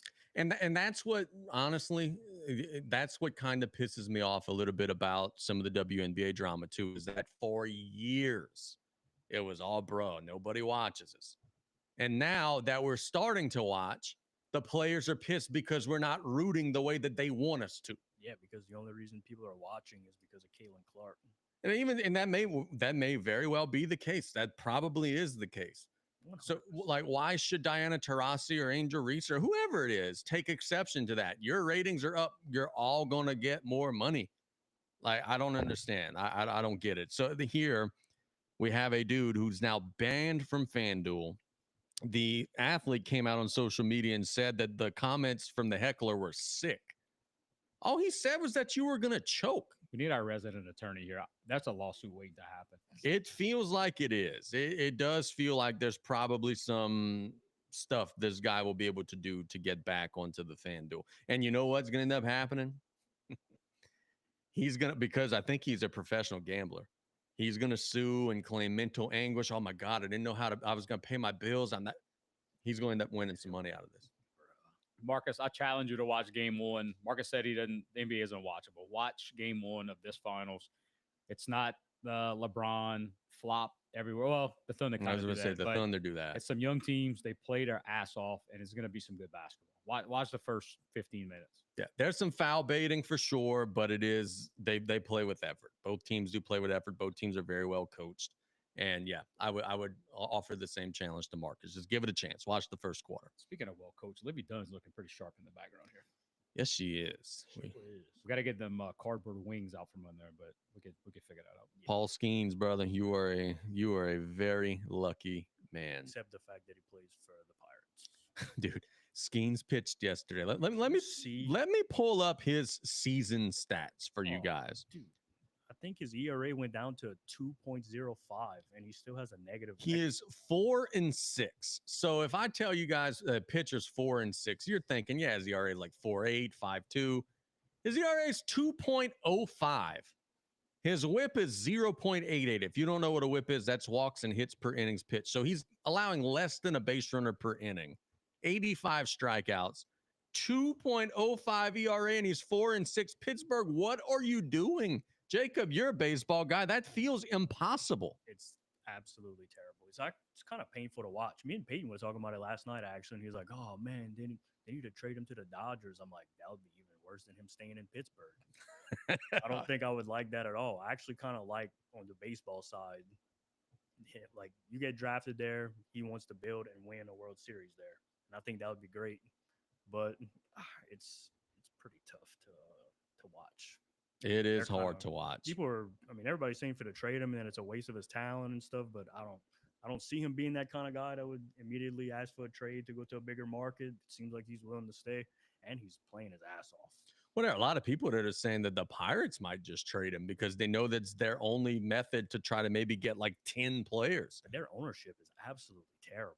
Yeah. So like, if I'm Pittsburgh, I'm thinking to myself right now, okay, at some point he's going to want a $400 million contract. And they should give it to him. They should. They're not going to, But though. you got to think, they just bought his rookie debut patch card for $1.1 million and built a shrine to it at the Dick's Sporting Goods in Pittsburgh. Like, they are all in on this guy. They should be. As they should, yeah. They should be because my God, 2.05 ERA, that's unbelievably good for sure. Casey, who was, I believe, first baseman for the Pirates when Bonds was playing? Old white guy with a mustache. Oh, Why can't I think of that guy's name? the Pirates were loaded in those days. Let's go Pirates. If anybody in the chat knows that, we'll wait another 5 hours to give away the money. I'm pulling up the think he was number 1991 12 Pirates maybe? stats. I want to say like number 12, like a single digit number. Orlando Merced. Huh? This was a Yeah. guy that you'd see at Tobacco Plus smoking a cigarette on a rocking chair. Jeff King. Any of these faces ring a bell? Man, who the hell was that? That's gonna be our trivia. Yeah, who's the Pirates guy, the first baseman back in the gap? 92, I think, was Bonds' last year with them. Bunch of white dudes with thick ass mustaches. That was the thing. Bruh, did Little Rock's pitching coach have a mustache or Dude, what? that thing was sweet. I'd give him that. That was absolutely gorgeous. But Barry Bonds, by the way, for the Pirates, I'm looking at these stats. Put this dude in the Hall of Fame. He wasn't on steroids yet when he was with the Pirates, and his stats are fucking ridiculous, Yeah, man. He was a freak. Like I don't understand that whole. the juice had nothing to do. Well, nothing. It had something to do. But 1992, Barry Bonds hit, let's see, where's the 311, 34 home runs, 103 RBI. He walked 127 times at a 456 on base percentage. Where's stolen bases? But I know he used to run back in the day. 39 stolen bases. That dude was ridiculous. Got to get him into the Hall of Fame. I would have said Sid. That was Sid Bream was with a the Brave. Braves. Yeah. He's the guy who scored to beat the Pirates. Did he play with the Pirates at any point? I think so. I think he actually went from the Pirates to the Braves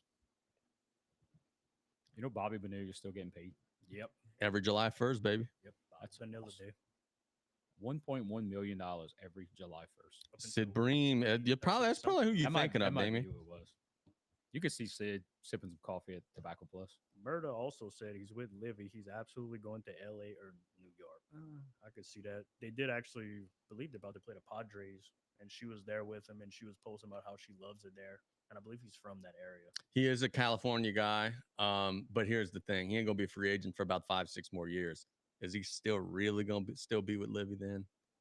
Yeah, I would hope so. She breaking up with him? That's the only thing I could see because they 'Cause both. he ain't. Gonna- No, no, he ain't going Yeah, nowhere. But Did you give Livy Dunn your Facebook password? That's coming up. absolutely, Yep. she can have whatever she Whoever wants. she wants. I'm on the same page. Let's talk about Tom Thibodeau real quick. Then we'll get to Orlando Magic. Then we'll dive into our some other stuff that we got cooking here. The New York Knicks fired Tom Thibodeau today, just 24 hours after it had leaked that they were not going to fire Tom Thibodeau. Apparently, ownership wants a guy who is going to, quote, trust more of the roster, which is basically a way of saying, yo, Tib, you only played 7 guys. Your starters are tired and wore out. They want somebody to give them a break every once in a while. Brian and I talked about this today. I think he nailed it. That I don't know if Andy Van Slyke is the guy, but that's a hell of a name from the past. I remember Andy Van Slyke from the past. This is Mike Malone. This has been in the works. Mike Malone is a New York City guy. Mike Malone is available, was unexpectedly available. It feels like this is something that they had planned as soon as Malone went down. Hey, if Tibbs don't win the chip, we're bringing in Malone. You read between the tea leaves. It feels like this is something that has been in the works for a little while. Okay, but who are you to make this move? Oh, I'm with you. You're- I think it's a mistake. Why did the Knicks think they deserve better than making it to the Final Four? That's what I'm saying. I don't think In the they're last weird. Nick schooled us on this 25 years since the Knicks have made the finals, the conference finals. Yep. You're going through 17 and 27, 21 and 83, 60 and 104. Man, that Jeff Hornacek era must have been nice. Kurt Rambis era of 9 and 19. Shout out Kurt Rambis. Shout out Kurt. Like, who are you at this point? Yeah, you got a historic franchise that's done great things in the 40s. That was fantastic. Then you brought in Patrick Ewing, couldn't win shit, and now you're bringing in a guy, a tough guy, that probably doesn't celebrate this month like his center is, and you think you better than where you. Let's talk about reality. You think you better than where you are in 2025. Remember when they had Derek Fisher? I'm looking at that 40 and 96. Ugh. The Knicks used to be a laughing stock. Yeah, like this is the best team that they've had in a long time. Herb Williams was one of Definitely since Carmelo.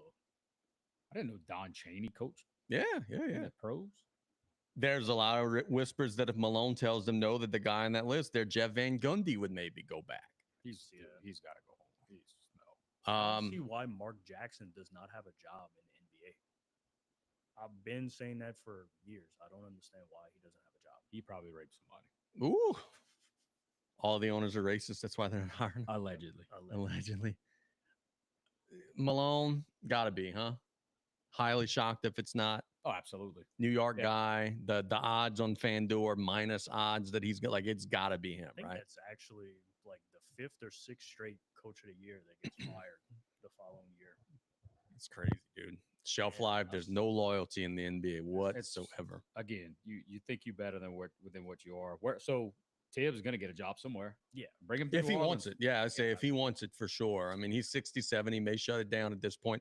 I can't see him doing media because he's always furious and doesn't have a sense of humor, but you never know. Speaking of being better than what you are, his hairline it needs to go. Like, just go with Give it. up, dude. Yeah, Just go with it. Put some sunscreen on there and go with the shiny dome. So did you see they asked Rick Carlisle about it and he thought it was an AI generated meme? Like he didn't believe it. I didn't think it was real either. I didn't either. Look, after that was a situation like when Luka got traded. I was convinced that Shams's Twitter had gotten hacked. Even after I had seen that, like, it's actually his account, I'm like, ain't no way, bro. Like, somebody from India hacked his account and is playing tricks on us, Trying to win $250. trying to win $250. No way. But we didn't let people know if you are from out of town and we have to get you the money, even if it's virtual, there's a $249 transaction fee. Ooh, damn. Speaking of which, Our lawyer put that in. now that we're on that topic, do you think that was a ploy by the NBA to get them the first pick? Oh The my trade God. Luka? Yes. Yes. You're not a podcast listener. We cover that ad nauseum. Yes, that is. I figured why it was 100%. brought up. I just wanted to see. Adam Silver said it was not today. Adam course. Silver's full of shit. It absolutely was. Oh, they actually asked him about it? Oh yeah. They asked him. He's like, "Hey, I'm glad the Mavericks won the lottery. They were trying to win. They weren't tanking. They were doing it the right way. The odds are the odds, and they got rewarded. And yeah, like he said all the right stuff. But come on, man. Same thing went after the Pelicans. They traded Anthony Davis. They won the lottery. I think speaking of our lawyer, I think he's about to call in. Beautiful, perfect timing. Let's talk about the Orlando Magic new uniforms, and then we will get to our what would you rather. That'd be a perfect time to bring Tommy onto the show. Magic breaking out some new uniforms. Hey, look, I was a huge Orlando Magic fan as a kid.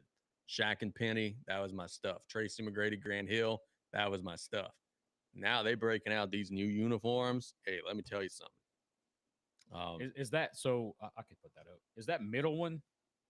Is that an old school or that's not an old school. That's new. I mean, it's kind of like blending the two old school designs into a new uniform, but the other two are some throwbacks. And it feels like they're not gonna be throwbacks. It feels like that's just gonna be what they're gonna wear now. And they rebranded the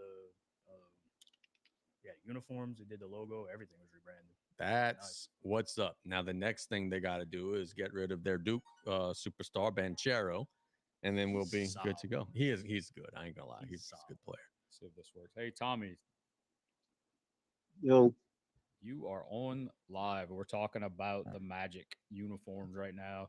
Let us know in the chat when Tommy starts echoing. I mean, I didn't want to tie up the phone lines. That's why I was trying to come in on the live feed. Well, we have call waiting. I'll just hang up on Oh, you. well, that's messed up. How was baseball, Tommy? We won and we lost. So, I kept score this time, and I made sure to tell the 5 and 6 year olds that we won. Good, because that was my next question. Yep. And we even completed bath time and record timing, so we are good. Nice. Good to hear. Are these new Orlando Magic uniforms? Are they the best uniforms in the NBA? If they aren't number one, they sure as hell ain't number 3. Okay, I've never heard it explained like that, but I follow what you're saying there. Do we have Tommy guys in the chat, gals in the chat? Everybody, do you guys hear Tommy? If we didn't, they would be destroying them. Yeah, and I'm sure we don't have an echo also because they would also be destroying him. So I think that's a good sign. Hey, let me ask you this: do you think anybody from the Magic that wore those jerseys or was maybe right outside of that jersey era? Do you think it's possible that they participated in a dunk contest and turned their jerseys inside out? I really don't think that's possible. And I'm also, so I also don't think that Scott Skiles is going to come back anytime soon and drop 30 assists either. That was not an echo. That was a stutter. Just FYI, don't call them out. And for those of you watching the live video, I was just fist pumping on the camera because we did get confirmation that we do have our phone lines rolling and we can hear Tommy and there's no echo. So Jeff, appreciate you listening in. Thanks for the comment. He had a gyro slight earlier, which is always good. Love that. Jeff, we thinking about Cole. We love him. Let him know we always thinking about him, especially here. We rolling. Yes, sir. Thomas, he's louder than gyro. So That's great. I might have 0 hang time, but I have a lot of wang time. So I just want to let Pierce know that in the chat. very good. Let's do a new segment here. It's called What Would You Rather? It is going to be our What Would You Rather or What Could You Do Better? This is taking the place of overrated, underrated. We might jump back into overrated, underrated at some point. We got to keep it light. Man. Yeah. So we're going to go ahead and dive into this. You want me to host? Go ahead. Yeah, let's make it roll. I feel like I've taken these segments before. Let's make it roll. And Bird, I see your comment. I just turned Tommy down a little bit. Tommy's state-of-the-art equipment that we Oh, got. Damien, we got breaking news. Go ahead. Tiana Stewart, Vanderbilt Catholic. We were mentioning her earlier in the show as having a Nichols offer. She has just committed to Nichols State University. JP, baby, Right. making it happen. That is awesome. A local girl committing to Vanderbilt Catholic. That's big time, brother. That's some good shit. Good stuff. And look, Carlton nailed it. You got to commit early. You can't wait and probably possibly get your spot taken by an NIL person. If you want to know what the type of player that Tiana Stewart is, she's a point guard. She won the shot put at the 4A state championship track meet. She's strong as a mule. That is an awesome news piece. I'm super happy. Jacked up. That's awesome. London White's in that same category. She's a track and field stud as well. Yeah. Tommy, I'm hoping you could hear us. We're gonna play What Would You Rather or What Could You Do Better?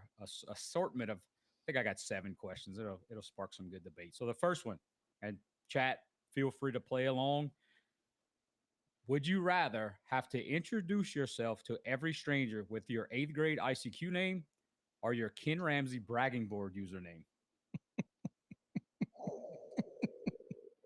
Gyro probably has no idea what Ken Ramsey is. Nope. But Tommy Votto was a 5-star athlete. On Ken Yes, he Ramsey. was. And I thought he was going to Duke. And I was so disappointed the first time I saw him play. What the hell is Ken Ramsey? Ken I Ramsey. have no idea why you would think I was going to Duke because that's horrible. Because something tells me Damian and Nick and them put a recruiting profile on the side that said you were going to Duke. I don't know if that was us that did all of that. It was some of it. Yeah, absolutely. So to answer the question, I don't remember my Ken Ramsey bragging board username, but I guarantee you it was hilarious. I have to go. So Puninator was a nickname that I had for a long time when Big Pun was a thing. So I'm gonna have to go with ICQ username on that one. So Gyro, you don't know what any of this is, huh? Like you don't know what Ken Ramsey is. You don't know what ICQ is. I've heard of ICQ, but I have no idea what Ken Ramsey is. So ICQ was basically texting back in the day, but you had to be on a computer. You would log into like this service. You would, on the left hand of your screen, you would see all your friends, whether they were online or offline. They would have like a status like Facebook. So if they were away, it would say, hey, you know, I'm watching TV. I love blank, blank, blank, blank, blank. And they'd have the little letter, like you'd have to fill in the blanks, see who had a crush on who. It was where all the teenagers would hang out and chat and stuff. Almost like a OG Discord Yeah, similar. I don't really know what with this one is. dial up. With dial up 100%. 100%. You gotta get the ICQ little sound. I have that somewhere. Yeah. The kicker for ICQ was nobody was actually away ever. Ever. It was just somewhere that you could leave a little note. To be petty to somebody else or 100%. No one was ever away. Fair enough. Tom, you got an answer? Yeah, for the sake of me not remembering nor probably want to remembering, because I remember for a while, I think our emails were like smokethatdat@hotmail.com and things of that nature. No, yours. I'm gonna go with the Ken Ramsey bragging board because I'm pretty certain my name was always Tarpon7. So easy association and little embarrassment. In case you remember your ICQ username. I think it was just DTB case. So I didn't have anything crazy. And I think it was DTB case, honestly, and Ken Ramsey too. So big fan of the show, Tyra Smith, assistant coach of mine, great guy. Aaron and I met on ICQ, and so did Tyrus and his wife Beth. That's crazy, man. Yeah. All right, next question. Would you rather have to narrate your life in Coach O's voice for 24 hours or only be able to speak in wrestling promos for a week? I know the answer to this one.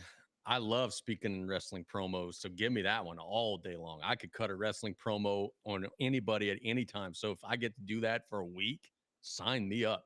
I do a Coach O impersonation and it gives me freaking strep throat just trying it. So if I had to do that for 24 hours, no, indeed, I want to be a wrestling promo for a week. I feel like I talk in wrestling promos already. So That's it wouldn't right, be that yeah. much of a stretch.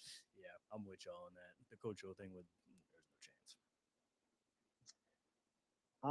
Damien kind of took my answer, so just to not agree with him, Happy to give you. I'm gonna talk like Coach O for 24 hours. T-boy. That was not bad, Tommy. That pretty good. actually was really Yeah. good. For somebody who doesn't like LSU, that was actually pretty good. I thought Damien was. I playing the have sound or always something. let it be known I hate LSU, but I have always respected Coach O. I believe he deserved to win a title. I wish it would have been with USC, but he got his, and I'm over it. You know, Tommy it's has okay. all these fucking rules about who he likes, who he doesn't like. Stipulations. Whoa, to whoa, whoa! everything. For the most part, I like any athlete from the Bahia. I don't, I mean, let's be Bobby J and Coach O. They're on my Mount Rushmore, so I don't see why I explain that any further. All right, fair enough. So we talked about this on Sunday, but Casey was on with Stan Gravois on the Locker Room podcast this week. Got a chance to listen to that. Did a great job, Casey, by Thank the you. way. And listened to the end of it, and they had Coach O telling a story. That guy would be our ultimate guest here. He was Oh, telling yes. a story about how the sewage ditch. They used to use that as like the 50-yard line when they would play football, and he didn't find out till a few years later that it was a sewage ditch.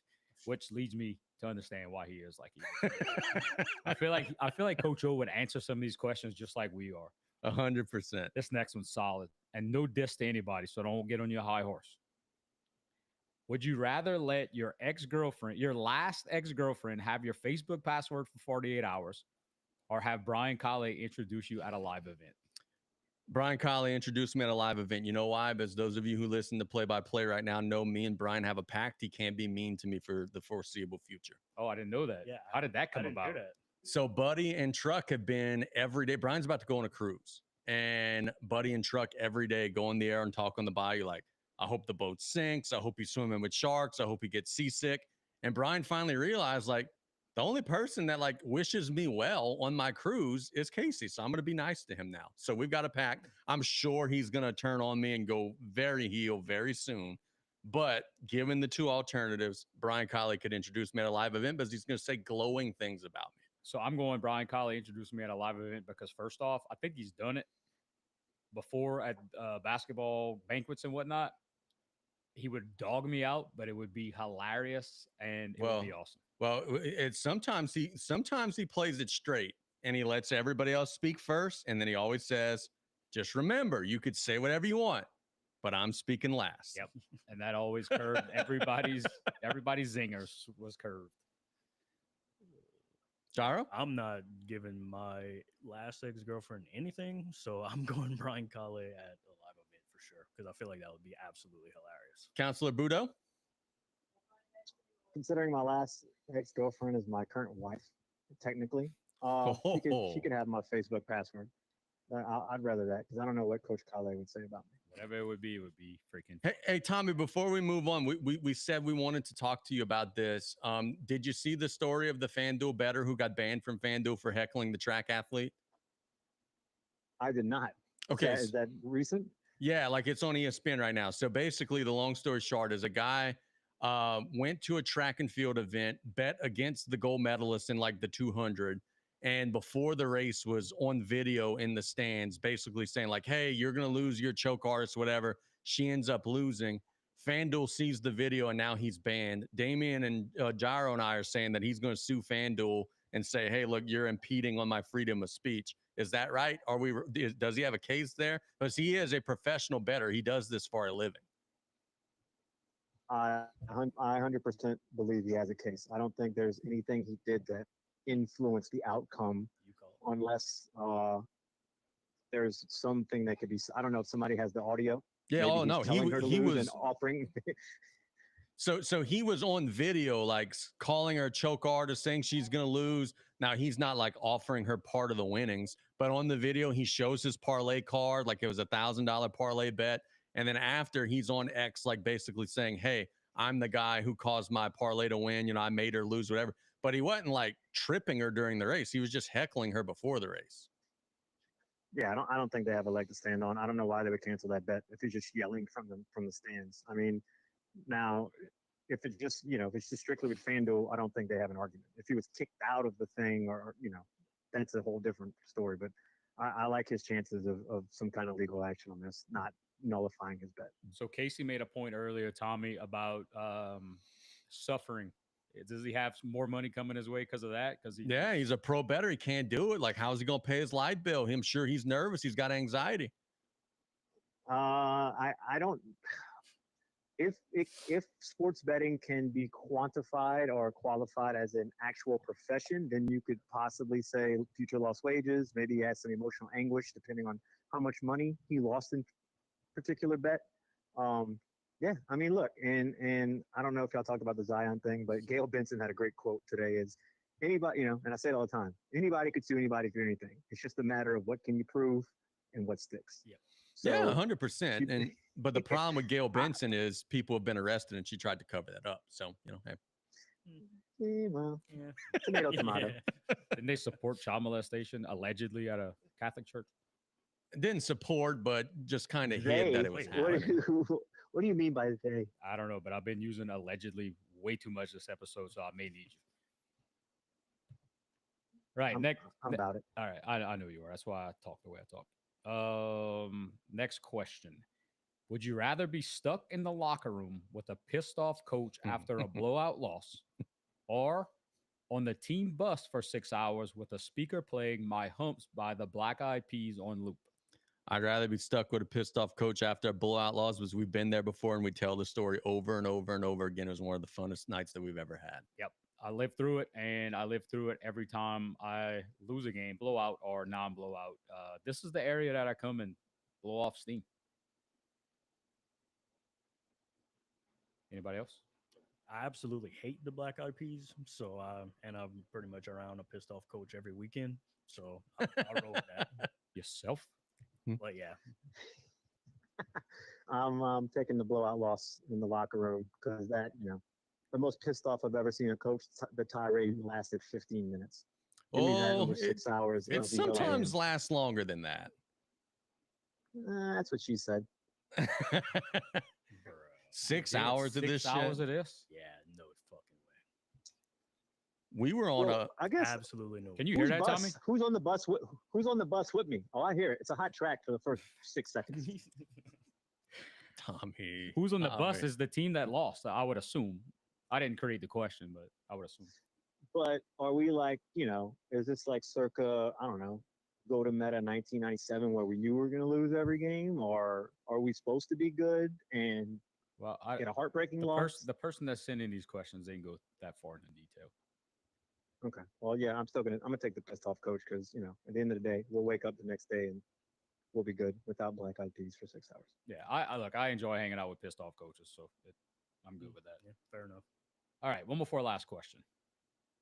What would you rather? Be forced to play quarterback for the New Orleans Saints for one drive, or have to be Zion Williamson's dietitian? We got another call. Is this someone we know? Mm-hmm. Oh, beautiful. See if we could take 2 calls.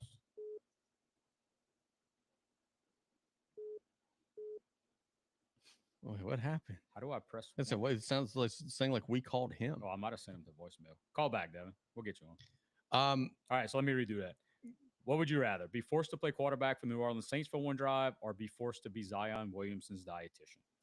Saints quarterback, one drive, because you know what? I'm fumbling all 3 snaps and getting touched, going to the sideline, collecting my 500K. So I was 400 pounds at a time.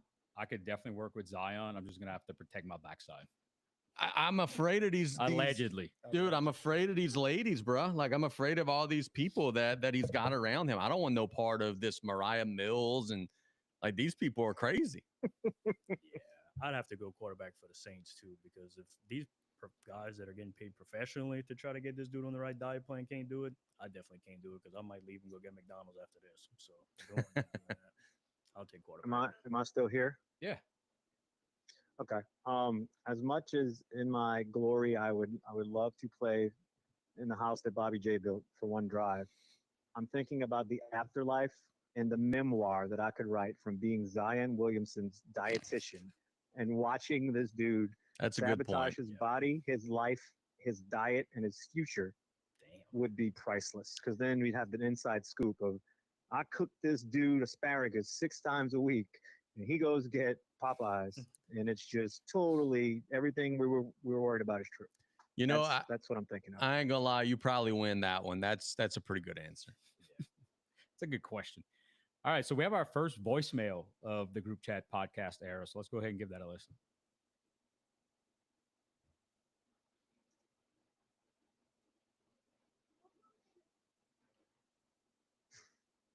Stipe is Boy, you a freak. Stipe is a weirdo, and I love him. I love him to death. That's some good stuff right there. But listening to the way that he worded that, if Got a little Kyle Crosby He vibe sounded right like there. Turtle. yeah, he did kind of sound like Turtle. So if you were a hot dog, would you eat yourself if you were starving? I mean, No, I'm a hot dog. That's cannibalism. how am I? That's Harry Carey. That's the Will Ferrell. Oh, it is. It is. I ain't got no You're arms. a hot dog. It's when he's like, "Hey, you are a hot dog. Would you eat yourself?" Freaking Tommy, the dude of Hey. 1,000 voices. Frank Caliendo over here. That's what I'm here for. Wait till I get drunk one night in the pod and start doing Macho Man. It's gonna be on. Oh, looking forward to it. Big, All right. Big said he'd put Zion on the Chris Adidas diet. All right, last question. This is actually a serious question, I believe. What do you have a better chance of doing? Sinking a 20-foot putt at Augusta on the 18th green or making a PAT in the Superdome during a live game? All right, so I ain't doing either very often, but the way that I kick, I'm never getting the ball over the lineman. So I probably could one time out of 100 red ass and make a 20-foot putt at Augusta. I'm right there with you. I'm not doing either one of them, but at this point, I got a better shot at making a putt than I do kicking a freaking field goal. I feel like Tommy was a good kicker. Tommy, were you ever a kicker? Does seem like a kicker. Absolutely not. No? But give me the extra point over golf any day. Oh, okay. You know who was a kicker that didn't get much love? Keg. Really? Oh, really? Yeah. Huh. Keg could probably be money at like 25. Oh, yeah. Let me get that. Yeah, Let me get you that. gotta throw it. Keg was come on, that's a real thing. I mean, I don't know if he I'd did it never guessed that. anywhere out of his backyard Yeah, or yeah. whatever, but Thought you meant like he actually kicked. I mean, he actually kicks, just not in games. Shout out Keg, boy. So also, I think it would be I would much rather play Augusta than kick in the Super. I played in the Superdome. We gotta Is that where DJ Leghead came from? Because he was such a great field goal kicker. Look, Shed Head, what you said, Head. Just give me Justin Nick's, Keggable. give me Nick's nicknames all day. look, The dude. chat says PATs all day. They all about the PAT. Hey, look, I think that I could make a line drive extra point. My problem is the question says in a live game, it's getting blocked every time. I can't get the air on it. And oh What? yeah, it's a 35-yard fucking field goal now. I can't do Oh, that. that's true. I didn't even think about that. Yeah, There's no way. I can't Like do that most now. people underestimate like how hard that is. What if you line up? Yeah, what if you line up in the swinging gate though, and the whole line shifts to the left or the right, Yeah. and you and one dude? Hey, let's do this. Challenge from our first ever Lil Games outside challenge. Casey kicks field goals.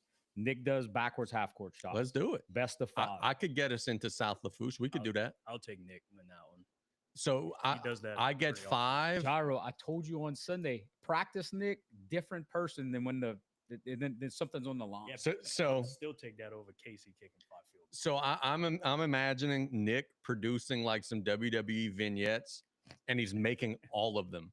And then he comes out, his music hits, and just like throwing it into the stands, throwing it into the concession, and me red assing and barely getting one across. You're only gonna have to get one. Yeah, From I could see He that. gonna do one. you go. You gonna do one. I think I Now, can. if An old extra You- point, I can make one. 35 I yard, was about to never. say 35 never. yards. Yeah, the old extra point, I think I would. I still wouldn't make any, but obviously I'd have a lot better chances of kicking a I'm, 35 I'm yard. definitely not making that. Hey, well, at least we know our If- Google Voice number works.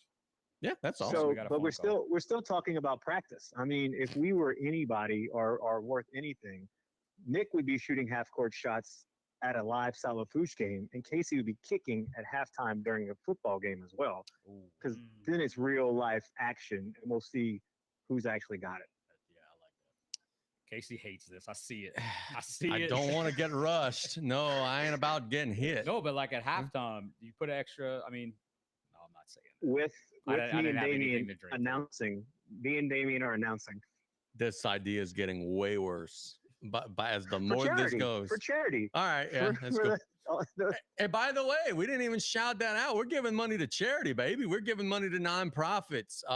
We're going to be giving $1 for every South Lafourche first down. Myself, well, all the 4 media organizations I'm part of, Bayou Sports, Group Chat, Lafourche Gazette, Coastal Broadcasting.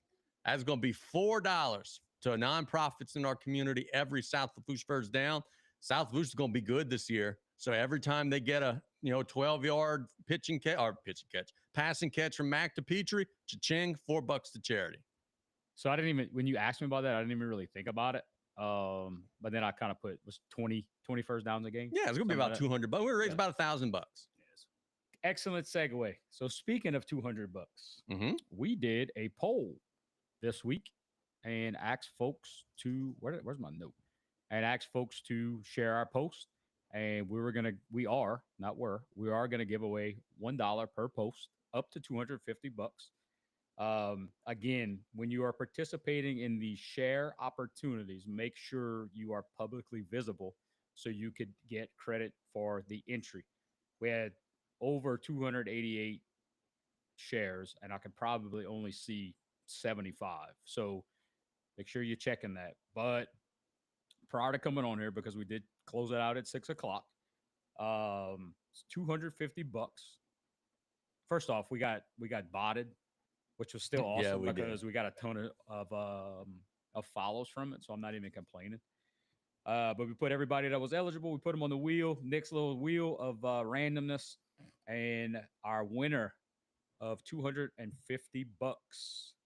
is the DTB podcast by Bless Your Heart Nonprofit. Congratulations, Mr. Raj Jeanbon, Jure, Jeanbon Gyro, and her and all of that crew. Couldn't have gone to a better place. Nick's wheel got some validity now. He screwed me on all the NBA picks, but he definitely made up for it on that. So shout out Nick's wheel, Raj Jeanbon, Jure, all them folks. Get $250 coming your way via the group chat podcast, right out of Tommy's pocket. Right out of Tommy's He just pocket. doesn't know it yet. No, we thank you guys for participating. We're gonna do some stuff. We're gonna have some fun with you guys. Rig racked. That's all I gotta say. Oh, here we go. Check Nick's wheel. We have an attorney on staff. Nick's little wheel. Nick's wheel is undefeated. You ready for Not Mott's All right. mailbag? Yeah, let's take like a 3-minute break. We could set the other TikTok Yeah, live. yeah. up, Yeah, and, let's do it. And we'll go from there. So we're gonna do like an old school WWE pay-per-view. We're gonna take an intermission, and we're gonna be back. Well, we're gonna stay here, but we're gonna reset the iPad, get ourselves live on TikTok. Listen, look at these people. Get out of here, man. And then we're going to get to Not Mott's mailbag, brought to you by the LaFouche Concert and Events Club. I'm gonna go get myself a little Sprite, and yeah. If anybody has any issues with the randomness that this was selected, you could talk to our attorney who is on the phone currently. Yeah, so stick around. We'll be right back. We're gonna put on mute. I'm gonna throw a graphic up there, but give us about 4 or 5 minutes. Yeah, that's good. And we got Mott's mailbag, not I was Mott's gonna say, mailbag. Not Mott's mailbag. Sponsored by Kyle Williams and the LaFouche Parish Concert and Events Club. Very grateful for Kyle, who has another question that we're probably gonna have to pawn off to next week because we need more time on that. 100%. And look, we got a special episode topic request. Coach Rafe plays on the South Lafourche Tarpon football teams today. I want y'all to do a show on like the top Tarpon football players. We've discussed that. We need to do that. We need to do that maybe on a special Sunday show. We just go live and roll it and just talk some Tarpon football. So we actually have people listening to us. That's pretty cool. I don't know why, but yeah. Apparently and so. everybody is saying it was rigged. So I just want to disclaim, I did not have anything to do with the drawing. I didn't see anything that was done. Just letting you know. What type of attorney is this? We were just saying. Just I'm gonna have to stabbing hire us in Jure. the back. Man, I am just saying there was fine print in those settings. There should have been 200 visible shares, and Nick's little wheel should have been on the screen. Yeah, we could give away. Well, We could give $11 away because that's how many shares we had visible. We gotta. I know. You want to do a random $11 giveaway? I know a guy from Thibodeau that would actually have our back. I am just responding to the chat since y'all are not. I just see it live right here. Yeah, we not seeing. fake drawing. You are fake. Everyone knows. There you go. Now, thank you for responding, Gyro. There you go. Do something. We're the ones that are fake. Yeah, you're right. Says the Peking Walk owner. Allegedly. Unless the alleged walk carrier. Fake news. You're fake news.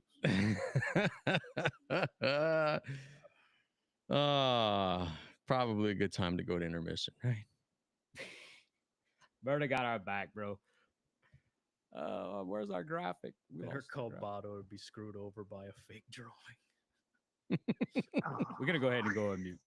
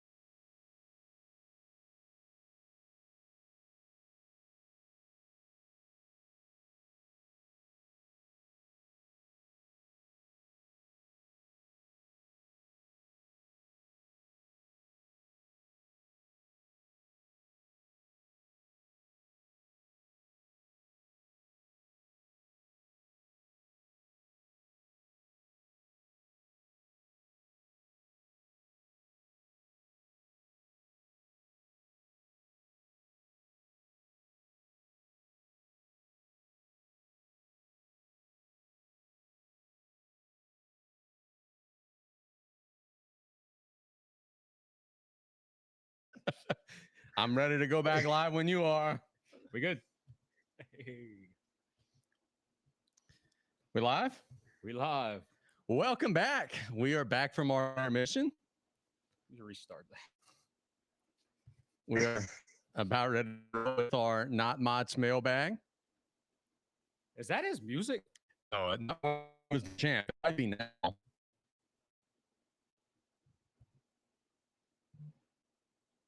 That was before he was the champ. We're so getting thrown off of the internet. Yep. Oh, yes. Oh, Yes. Oh, I thought it was 3 clap. What am I doing? Anyway, we had to troll back. Sorry Ooh. about that. Yeah, we have to fight back. Cody, Allegedly. listen to Cody. Play some Punjabi NC. That would have been perfect. I don't know what that is. Yeah. We got Well, if you had played, you would. what? So we got some requests in the. Yes, absolutely. Punjabi NC. Punjabi NC. NC or MC? MC, MC. like Master of Ceremonies. Oh, I think I just hung up on Tommy on purpose. Tommy, you with us? No, he's there. I'm still here. All right. For the listeners. Oh, I got Oh, this. okay, yeah. Welcome back to the group chat.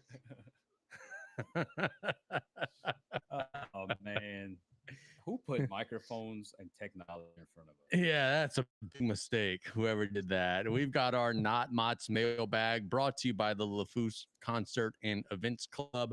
Kyle's super excited about our partnership, and we are super excited for that partnership. And we thank them so much for sponsoring our Not Mott's mailbag. We dive into the. I'm just looking at the name. It's gonna be a long mailbag, y'all. Yep. Is there a safer bet out right now than putting money on Angel Reese to miss her first shot? This is from Cody, not from the back nine at No Creek.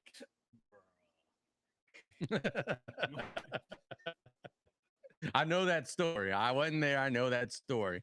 Look, I said, I didn't do this. okay. Okay. Who? Hey, Tommy, who put the question in the notes today? I the first 5 that I saw. I was trying to be a good contributor. And it's appreciated. It is very appreciated. Hey, just FYI, we have been on the phone with you for 37 minutes, and in 10 seconds, it'll be 37 seconds. What do I win? Do I win $11 or rig? It's answer the question. So we talked about this already, but different episode here. So there's a TikTok group that every game takes the missed first basket for increase, and reactions are awesome. We need to start doing that for first thing. Yeah. So like in my notes, I said maybe on Wednesday we got to do that type of stuff. But what's the actual question? No, there's no safer bet. That especially now that she thinks she's a shooter and she's shooting far away and she's got some confidence. That's what I'm awesome. saying. That video that we saw of her shooting a 20-footer, like, here's the thing. I think she gets a little bit of bad rep on the layup stuff, but if she's shooting mid-range, come on. Like, what are we She's doing? shooting 38% from the field. You can give her all the bad rep you want. She's a top 10 pick, hyped more than probably anybody. And Caitlin Clark just came in there and took over, and she didn't really know how to react. But that's never the argument, dude. It's never is she better than Caitlin Clark. Is she good? She averages a double-double. She leads the league in rebounds. Oh, For being the 10th pick, she's good. Yeah, I mean, she's probably one of the, even they even say she's one of the best rebounders that league's ever seen. Right. In general. Yeah. But, I mean, it's all garbage rebounds and garbage buckets. I think that's fair. Yeah. Yeah. Oh, come on. She went to the freaking Ricky Davis School of Rebounding. She pads her stats. She can't shoot. No. Not at all. This is my favorite thing on the internet right now. These dudes clowning Ms. Rebound. The thing, she looks like the character from Ice Age. She thinks her shit doesn't stink. She It's does kind of look horrible. like Sid the Sloth. Oh my God. Yes. What was the actual question? Is there a safer bet right I'm gonna now read it real than quick. putting money on Angel Reese to miss her first shot in a game? No, it's the great. No, it's the safest bet ever. I hope these dudes continue for the rest of the season because that is my favorite thing on that. The first thing that's going to happen is the first time I indulge in this, she's going to make a shot from half court. Yep. So, yeah. That's just my betting luck. But anyway, Damien, is this the safest bet right now? Yeah, I answered. Yeah, I was looking at Turpin Gyro. Turpin Gyro. I would say is the closest thing to a safe bet is Caitlin Clark making her first shot. So speaking of safe bets, let's take a over on how long before our Facebook gets hacked. Why would you think that would happen, sir? Just thinking out loud, bro. All right. do we have some backup passwords and everything? I don't have any I was passwords. about to say, I've heard it's a nightmare to recover anything that's hacked in Meta. I've had it happen one time. It took about a week, but they'll just ask you for your ID and whatnot, and it's not terrible. You don't have to actually talk. Well, to that would anybody. actually be good in our case because you don't remember half the passwords to the group anyway. So this would probably be a nice restart for us. Yeah. Tyrus, you bitch about watching the video, and now you bitching that we blurry. That's out of our control. That's an internet problem. I got the 100 eggs a second or whatever. It's not my problem that they all jacked up. Yeah, we blur. We're not blur. We smooth as silk on our end. Our internet might be bugging, but that's nothing we can do about that. That's our internet being hacked right Yeah, now. I that's mean, exactly we what I just told talked her. about that. Thank you, Damn, Tyranny. I y'all getting appreciate that. roasted in the comments. Tyranny's mad she didn't win the $11 too. We Yeah. getting 41 megabytes a second, which is way more than enough to run a live stream. So eat shit. I can't believe that people that are mad that they didn't win are still listening to us. Are they? Apparently so. That's Gyro's gal. Oh, I thought that was a bot. I'm sorry, Gyro. No. My fault. I thought that was a bot. No, she's mad because she. I didn't think that we had an actual female listener. Tyranny actually participated in the right way to do it. Yeah. So she showed up in. She also said that both of those AI pictures of me look nothing like me. I don't know about all that. Even the one of me and old mean, Samwise Gamgee. She kind of has to Our be team. nice to you. Yeah, I wouldn't go that far, dude. She's a dick. Tyranny, I I'm just want to sorry. say, allegedly, he's a little more blurry since the intermission. Allegedly. Well, we also went live on TikTok, so that Using more of that bandwidth, bruh. I think which- TikTok's just the root of all of our problems. This is agree. Nick is the TikTok guy. Nick's our resident TikTok expert, so it's on him.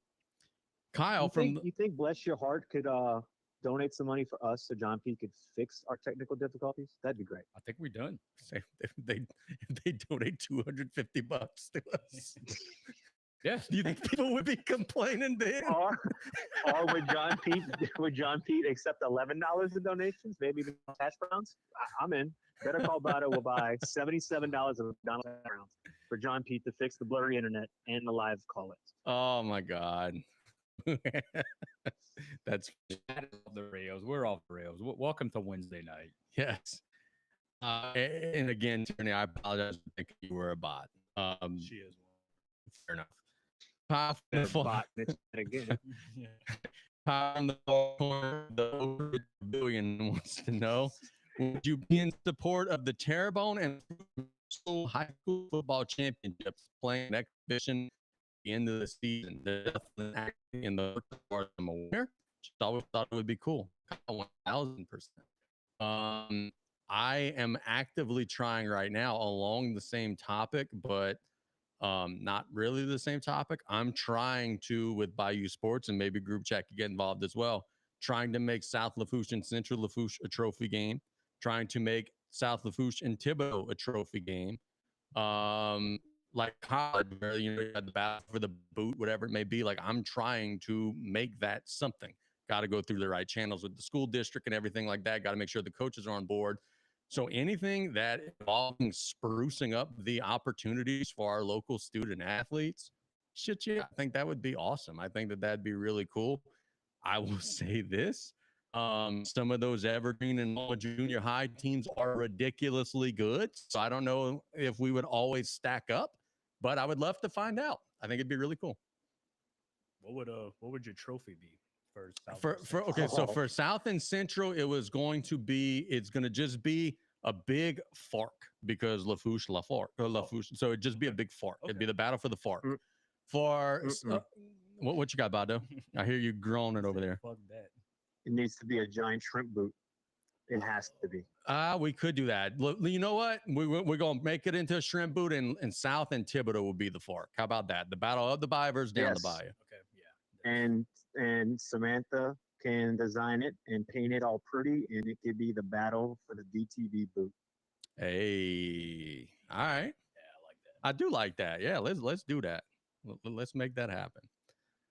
So yeah, Who's I'm with. tool do we need? We could just we'll create our own boot, spray paint it.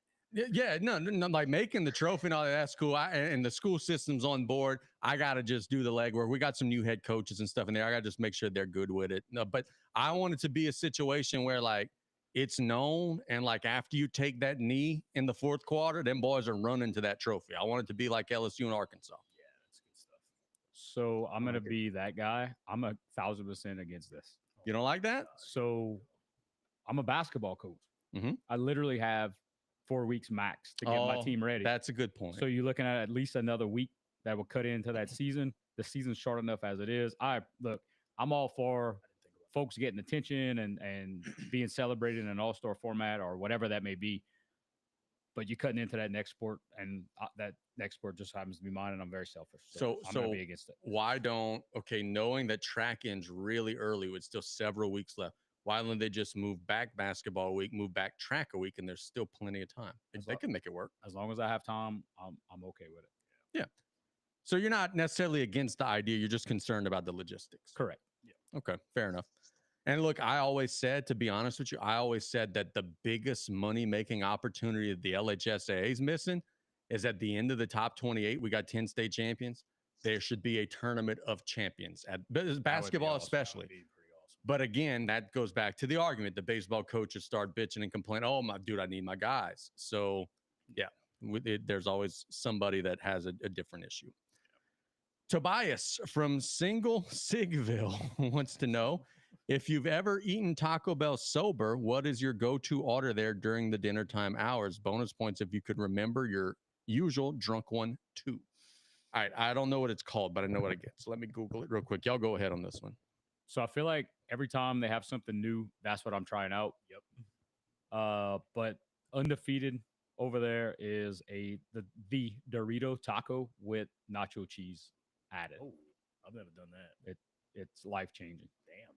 All right, so Quesadilla guy. You can't go wrong with a quesadilla. Did you see?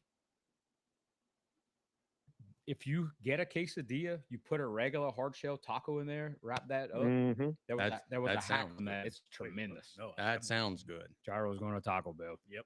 Come on, I switched. That's what we need to do. Earlier. We need to do an episode where we try fast food hacks, because that's a good one. You That take would be pretty cool. The That could be a secret Sunday menus. thing. cheese quesadilla, you get a regular hard shell taco or two, you put it in there, and you eat a lot of it. You know, that's the funny thing, getting off topic just a second. Brandon Brown said, hey, dude, like I would come into studio with y'all. And then he joked and he said, but y'all got to cook me a steak. And I was like, Brandon, we got a freaking stove in the studio. Like we literally could cook him a steak. Literally. So I got an idea. We can move the camera up here, and we could go 2 tables here when we do have guests. We could even do it with us and space us out a little bit. But so Nick, order us another banner. Gyro, what's your Taco Bell order? I'm a quesadilla guy, but if I had to imagine what my drunk order would be, you can't go wrong with those Doritos Locos Tacos. Dude, I get 1 cheesy bean and rice burrito, just one. And then I get 2 cheesy double beef burritos. Those are good. It got like some Doritos and stuff in there. I'm a texture guy, so those whatever those Fritos, crunchy things Make some are. Fritos. Yeah, I'm in there. That's some good stuff there. So that's both on the value menu. I get 3 of those. My bag comes to me feeling like it weighs a ton, because them cheesy double beef burritos are legit. Bado, what's your Taco Bell order? So I want to know drunk if Tommy's I'm- Taco Bell order, not sober Tommy. Oh my god. Okay, drunk Tommy's Taco Bell order is always going to consist of 3 Doritos Locos Supremes, no tomatoes, a Mexican pizza, no tomatoes, had jalapenos, 3 cheesy gordita crunches Jesus Christ. with adding the spicy jalapeno sauce, and kind of like Damien, if there's something new like the grilled cheese steak burrito or something like that, I'm throwing that on there too. And I always type in my Uber Eats order 37 fire sauces. Dude, hearing his ridiculous drunk order, which has probably cost like $70. You remember that one time in Lake Charles that we went to rallies with Coach Colley and he bought like $300 worth of rallies and expected us to eat all of it? That's hard to do because Riley's is pretty cheap. Yeah, like he's like, get me like 20 of them hamburgers. I was like, yeah, we're gonna just eat that tonight, dude. And like, Knowing we had pizza to eat in the morning. yes, dude. So we get back to the room and we're thinking like, okay, yeah, we got a little work to do. We each have like 6 doubles with like 4 fries and oh yeah, we're drinking. So we got full stomachs to begin with. Like, dude, that was the largest fast food order I've ever seen. Ever. I don't remember that, but I don't doubt that it Oh my What- God. It was ridiculous, dude. Like What I think we should. Oh, I'm sorry. I thought go you- ahead. Go ahead, Tommy. No, I was going back to what y'all were talking about earlier with the. I think if, for instance, like when we're having that Sunday special talking football, each of us should go to one fast food chain down the bayou and order our usual, and then we're gonna have meal roulette. So we don't know what we're actually gonna end up eating. It could be Casey's order, it could be Gyro's order, it could be Damien's order, and we have to have a live. We could use Nick's wheel, and we're gonna spin. And that's the meal you have to eat live while we're discussing everything. Nick's wheel is currently swimming in butter chicken right now.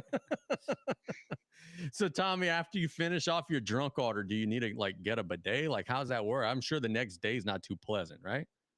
Then the next day is not too pleasant for 2 reasons. One, because I usually send the the order to the group chat to let them know what I just ordered, and 2, it's like why I do that. But yeah, chances are if I'm eating Taco Bell, I'm either drunk or over. So it's delicious. Tommy, The worst of 2 evils. you're starting to break up a little bit. So wherever you were was great. Wherever you now is terrible. Hey, so shout out. Let me shout out the chat real quick while Tommy's fixing himself. Tyrus left us a link. I'm not sure what that is. Buddy Boudreaux said first time he's tuning in. Buddy, appreciate it. Yep. Any advice we'll definitely take. Yep. But he said he'd watch us eat Taco Bell, which that might be the thing, man. It might go viral on that. Yeah, definitely. We go. I could throw down some Taco Bell. Now. Same. Yeah, me too. Um, So when I moved up here, obviously ate all the places previous, but now not having to bring it home, you actually not having to bring it home to Golden Meadow.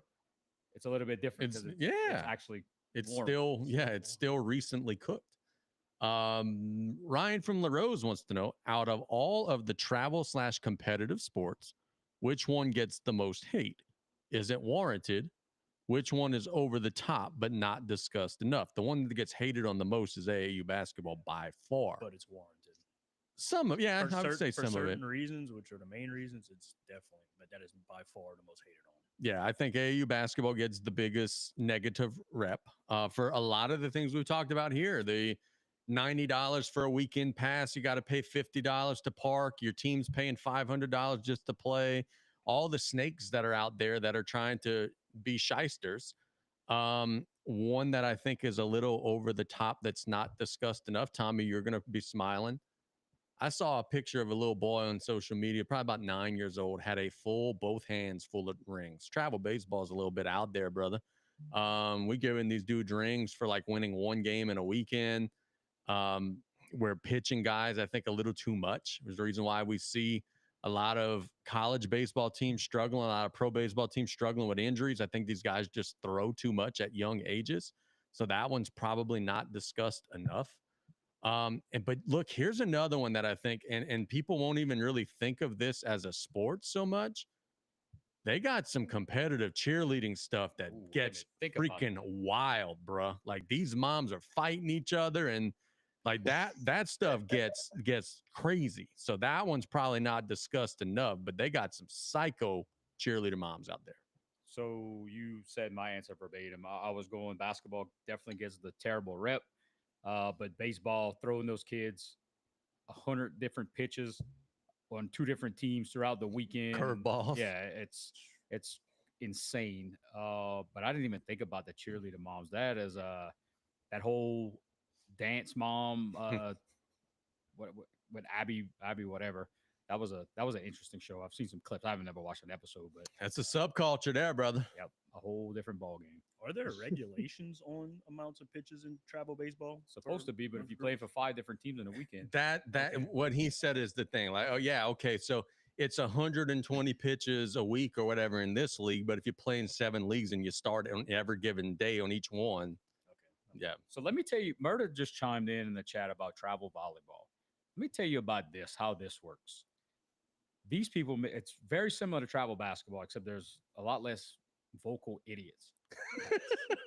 Everybody's kind of quiet, but the under the table type of stuff over there. So you pay to play, you pay to get in, and then you have to referee these games. I hate that. And it's like that at varsity level too. Even if you lose, like say you lose at 8:00 in the morning, you can't go home, you can't go drink you a Bloody Mary after the game. You got to work the damn game. Could you imagine that for basketball? And the only issues that they have parent-wise for volleyball is parents bitching at these kids that are officiating that aren't getting paid, don't want to be there, probably don't know what they're doing. That's when that happens. I know if somebody would yell at my kid doing that, it would be on. There would be some furniture moving on site. To a much lesser degree, like it would be like, okay, you know, in the NCAA women's tournament, LSU and UConn and all get to host. It'd be like if LSU lost in the first round and then just wasn't playing in the second round. You'd have an empty gym. Yeah. But all the LSU people would have to be working it still. The LSU crew people, all the LSU concession people. Yeah, to the lesser degree, that's travel volleyball is the same thing. You got to run the whole kit and caboodle, and you might not even be playing. Yeah, that's ridiculous. Especially if you play at 9, you got a referee at 8:00 game. That no way I'm doing that, dude.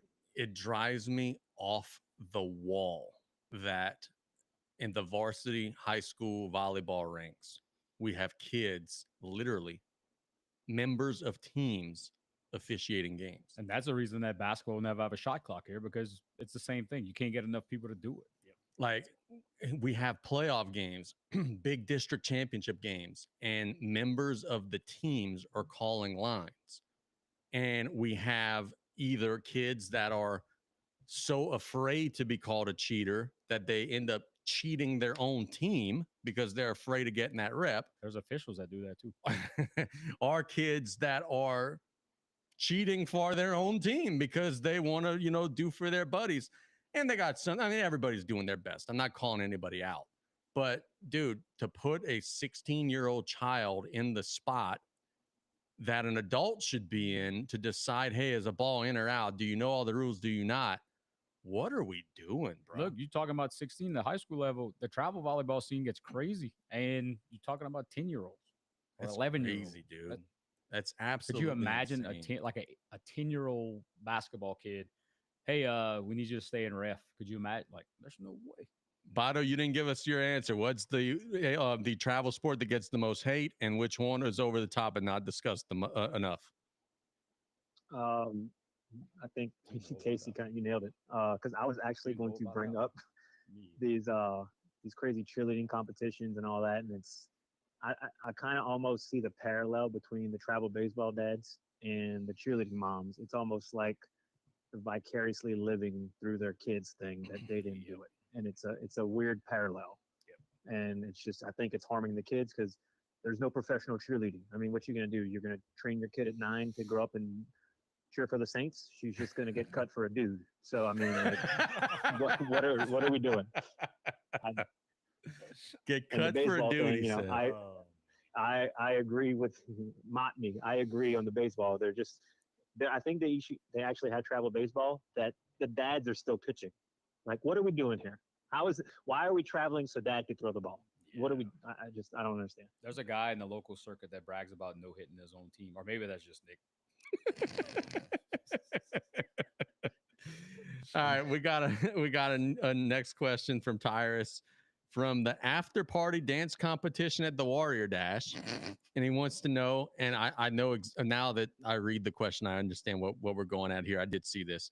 Any thoughts on the Steve Nash, LeBron, and Luka sit-down interview in the Mind the Game podcast where they talk about finding a love for the game through free play and trial and error? How can the community/parents foster free play when structured play is becoming the norm and social media is capturing more and more of the youth's attention and keeping them away from getting out there? So LeBron basically was saying, like, and I kind of agree with him here. I don't want to rub anybody in the wrong way. LeBron was basically saying, like, dude, everybody now has a personal trainer and you guys are all one-on-one in the gym, but basketball is not played one-on-one. It's played 5-on-5. You guys should probably play more basketball and do less of this, one-on-one work with another adult. I'm not a big fan of LeBron, but I actually agree with him 100%. And in this podcast, he was saying, I didn't have a personal trainer until my 4th year in the NBA, and I think I did okay. He said that he learned how to play basketball by playing basketball. I said this on social media a couple days ago. You could dribble every tennis ball in the world. You could dribble a tennis ball while doing a hula hoop, while jump roping, while, kicking a kickball. That's all for social media clout and likes. You could get smoke blown up your ass by every trainer in the world. It's all going to come out when it's 5-on-5 and it's school ball and then, beyond. So I do think that there's validity to what Nash, LeBron, and Luka were saying. Of course, there's a place for doing work on the side. Of course, there's a place for working on your game.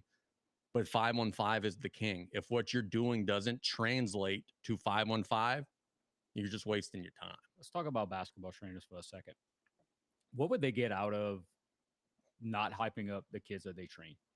Loss of a client. Yep. That's, okay. That was a really good rebuttal right there. Yep. You want to read the chat GPT answer to this question? Because I did not know what the hell he was talking about, but I saw that LeBron. No, I'm not going to read this, but I did see that, and I definitely agree. Look, we could probably do a whole show on this, and I'm going to probably piss a lot of people off, but Say it. these trainers, it's a waste of time. They're in it to make money. And if they're not, and look, if they're doing it for free, go with them. Yeah, that's different. If they're doing it for free, absolutely go with them. But the second you pay them, you become a client. And the second that you pay them and become a client, they're going to hype you up, blow your head up, and you're going to be the next great thing. And then when they get to an actual coach that you're not paying, they're going to get some real life experience. I think what's missing from a lot of this is, obviously we talked about it earlier about watching the game and learning from other people that do it at a really high level, but the 5-on-5 basketball or the 3-on-3 in the front yard, I don't know how often you see that or how often you get that anymore. I'm sure it still happens, but look, just my kid, my 13-year-old kid, Kim, she's been shooting the last last week or so. She's going outside, and last night at practice, she was lights out. She kind of did a nick where she wouldn't shoot during the actual scrimmage portion, but yeah. Look, I've never made a red cent from basketball, and I never will. But I'm about telling the truth, not about lining my pocket with cash that a lot of folks are doing. And just to preface, and I think that I speak for you also when I say this, we're not talking about like, hey, don't send your kid to Tarpon basketball camp or to Jaworski Coleman's basketball. Not at all. Trainers, one-on-one trainer. We just want to make sure that we throw that out there, because there are a lot of people that this week are spending money to send their kids to camps. I think that thumbs up. More power to you. Yeah, like I've worked a lot of those Tarpon basketball camps, and it's very, very, very fundamentally sound. And I haven't been a Coach Polkey's one, but I'm sure it replicates a lot of stuff that Coach Collie was doing. And that's some people that care. That's some people that really care, and they're making money. They're not making money for themselves personally. They're making money for their program. And they're putting the time and effort into that. The kids are the players are putting time and effort into that.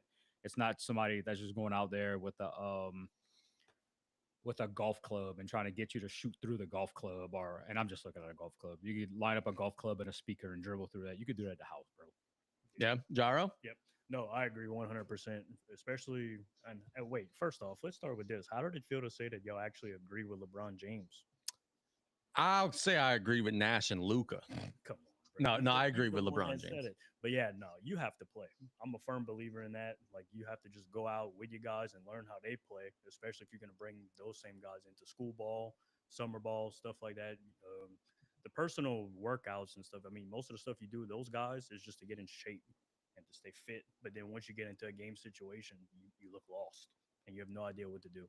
So I feel like you can do that same stuff at home and actually get into a league or with somebody that can actually teach you how to play the game the right way. So ChatGPT said that's real. That's when the game gets in your blood, not from a trainer at 8 a.m. doing cone drills. It's from losing a game of 21 in your driveway and demanding a rematch. From trying to move, from trying a move you saw on TV and falling in your face, then trying it again 5 minutes later. That's ChatGPT's piece of shit. I believe LeBron actually said that in the interview. He said like we grew up playing 21, 38, like just that kind of stuff, just playing. And I firmly believe that. And look, again, I'm all for doing drills. I'm all for getting work. And there are definitely some things you could do one-on-one that can make you better. But there are also people that are out there doing work for hours and hours that does not at all translate to a 5-on-5 game. It's like I say about the NFL Combine all the time. Yeah, we put a lot of weight in somebody's hand size and how fast they run 40 yards in a straight line. But if they're never going to be running 40 yards in a straight line without pads on, then why the fuck do we care? Tommy? I mean, I think y'all pretty much covered it all. The only thing I would add is maybe not so much from the trainer, but like, for instance, like baseball, like if you're taking hitting lessons or fielding lessons or something like that, I think that's a good tool. Sure. You're supposed to take those things you learn for what? To apply it in the real life game situation. 100%. You're not going to learn anything by just doing you could be the best drill person ever, but similar to Nick with half court shots, what are you going to do when the lights are on? Yeah, no, I'm with you. We all kind of said the same thing there, and it's awesome. I don't even want to read this name. Cody from the Cuck Chair wants to know: is having a large coaching staff a diss, or was Samwise just mad he didn't have Frodo on his bench? I don't know what the fuck he's talking about here. I know you and I have an inside joke about large coaching staffs. I think the more the merrier. The more volunteers you have, the better. The more personal attention the kids could get. Cody from the Cuck Chair is kind of interesting. So go ahead. Give me y'all answers there, my friend. I don't know the terminology that he used of those people's names, so I really don't know what that means. Like, I don't know who Dude, Frodo Samwise is. Ganchi. I have no clue who that is. That's Sean Austin that we were talking about. That coach from the Power. He looked like Sean Austin. Yeah, but I understand that, but allegedly coach for the Power. I don't know who these people are. Bro, you need to watch Lord. Now, the first part of it is having a large coaching staff at this. So the question was based on this weekend. There was a guy that resembled Sean Austin, and he was looking for trouble from the start, and he found it because I'm not a bitch. Yeah, that was their own group. And we were up 15-2. Yeah. And he is just complaining about everything. And y'all have 5 coaches. So my off the dome response was, and you have 0. Nobody wants to be around you. And then after the game, the dude, he was way too much. Yeah, he was just one of those dudes that like cries the entire time and then wants to call you a crybaby. We were accused once of coaching our kids too hard or practicing too much in Biddy. Jesus. And that was supposed to be an insult. Yeah. Oh, bro, y'all practice every day. Oh, my bad for, giving a shit. Yeah. And one of my kids got tackled. So first thing that came out of my mouth was, God damn. And he said, oh, you heard what he said? I said, bro, it's 11 o'clock. If you're that judgy, you should probably be at church In church on a Sunday. Yeah. So don't come at me like that. Tommy, you're a baseball coach at a very high level. What say you as a large coaching staff at this? I'm a firm believer in too many Chiefs and not enough Indians. So I don't know if it's a diss. I'm not a fan of large coaching staff. But that's why you get the right people, brother. And according to another fellow, baseball doesn't even need a coach. So This is true. This is true. His wife's in the chat and he's not here. Wasn't here Sunday either. Nope. Out here swimming. He was the first one. He did get us a banner though. Yes. And it looks very, very nice. Marcus from LCO. That one never changes. That name is consistent. Marcus from LCO wants to know if you could attend any concert of an artist/band in their prime that is no longer alive, who would it be? So I went with Aerosmith or Aerosmith, depending on what part of the bayou you're from. I was a huge fan, and that's always been a bucket list band for me. The Crazy album was absolutely lit. For me, just because it's a band that my dad really loves, and I would bring him with me just because I'm not a huge music fan or music historian. I would go see AC/DC. I know the original singer is no longer with us. So if the original singer, they're still active now. But if we get that old school band from the 70s back together, yeah, I would bring the old man to see AC/DC, and we would have ourselves a time. This one's kind of a toss up for me. I'll go either Alice in Chains or Nirvana. Big Kurt Cobain and Lane Staley guy. Yeah. So that's kind of a toss up for me. Surprised none of y'all said like Tupac. We were giving Tupac all kind of love. It's because he's still alive, bro. There's Well, no hold way on. in the world I would go to a Tupac Aerosmith is conference. still alive. Aerosmith is alive, and Are they touring? ACDC is still alive. AC/DC's original singer is not still alive. I clarified, Bado. I said the original group. Okay. Aerosmith's still touring? I think they literally just stopped touring this year. Do you They wear canceled their shows. Do you wear Steven Tyler PJs? Yes, and I actually saw Aerosmith in New Orleans two maybe 3 years ago. Oh, thanks for the invite. Pink Floyd is a good one too. Why? You would just sell out anyway. Oh, here we go. Look, we were Give on your me- ass earlier about the boxing thing again, by the way. Judgment free zone. I'm just going musical enlightenment and amazing talent. I'd want to see Michael Jackson. You know, Tommy, I almost said the same. Just because I've heard Yeah. that, like, back in the Gap, that, like, that was a show. Oh, yeah. And you know, I'll say this also. I'm not the biggest Swiftie. I don't have daughters. I know Damien's daughters are Swifties and, you know, whatever it may be. But I did watch, I think it's on Disney Plus or whatever, maybe on Max or whatever. But I did watch her concert. Her concert's freaking legit, dude. Like, she's dancing every single song. Like, her concert is a performance. And I feel I like can Michael Jackson would be the confirm. same. Yeah, T Swift. Or at least it's a production.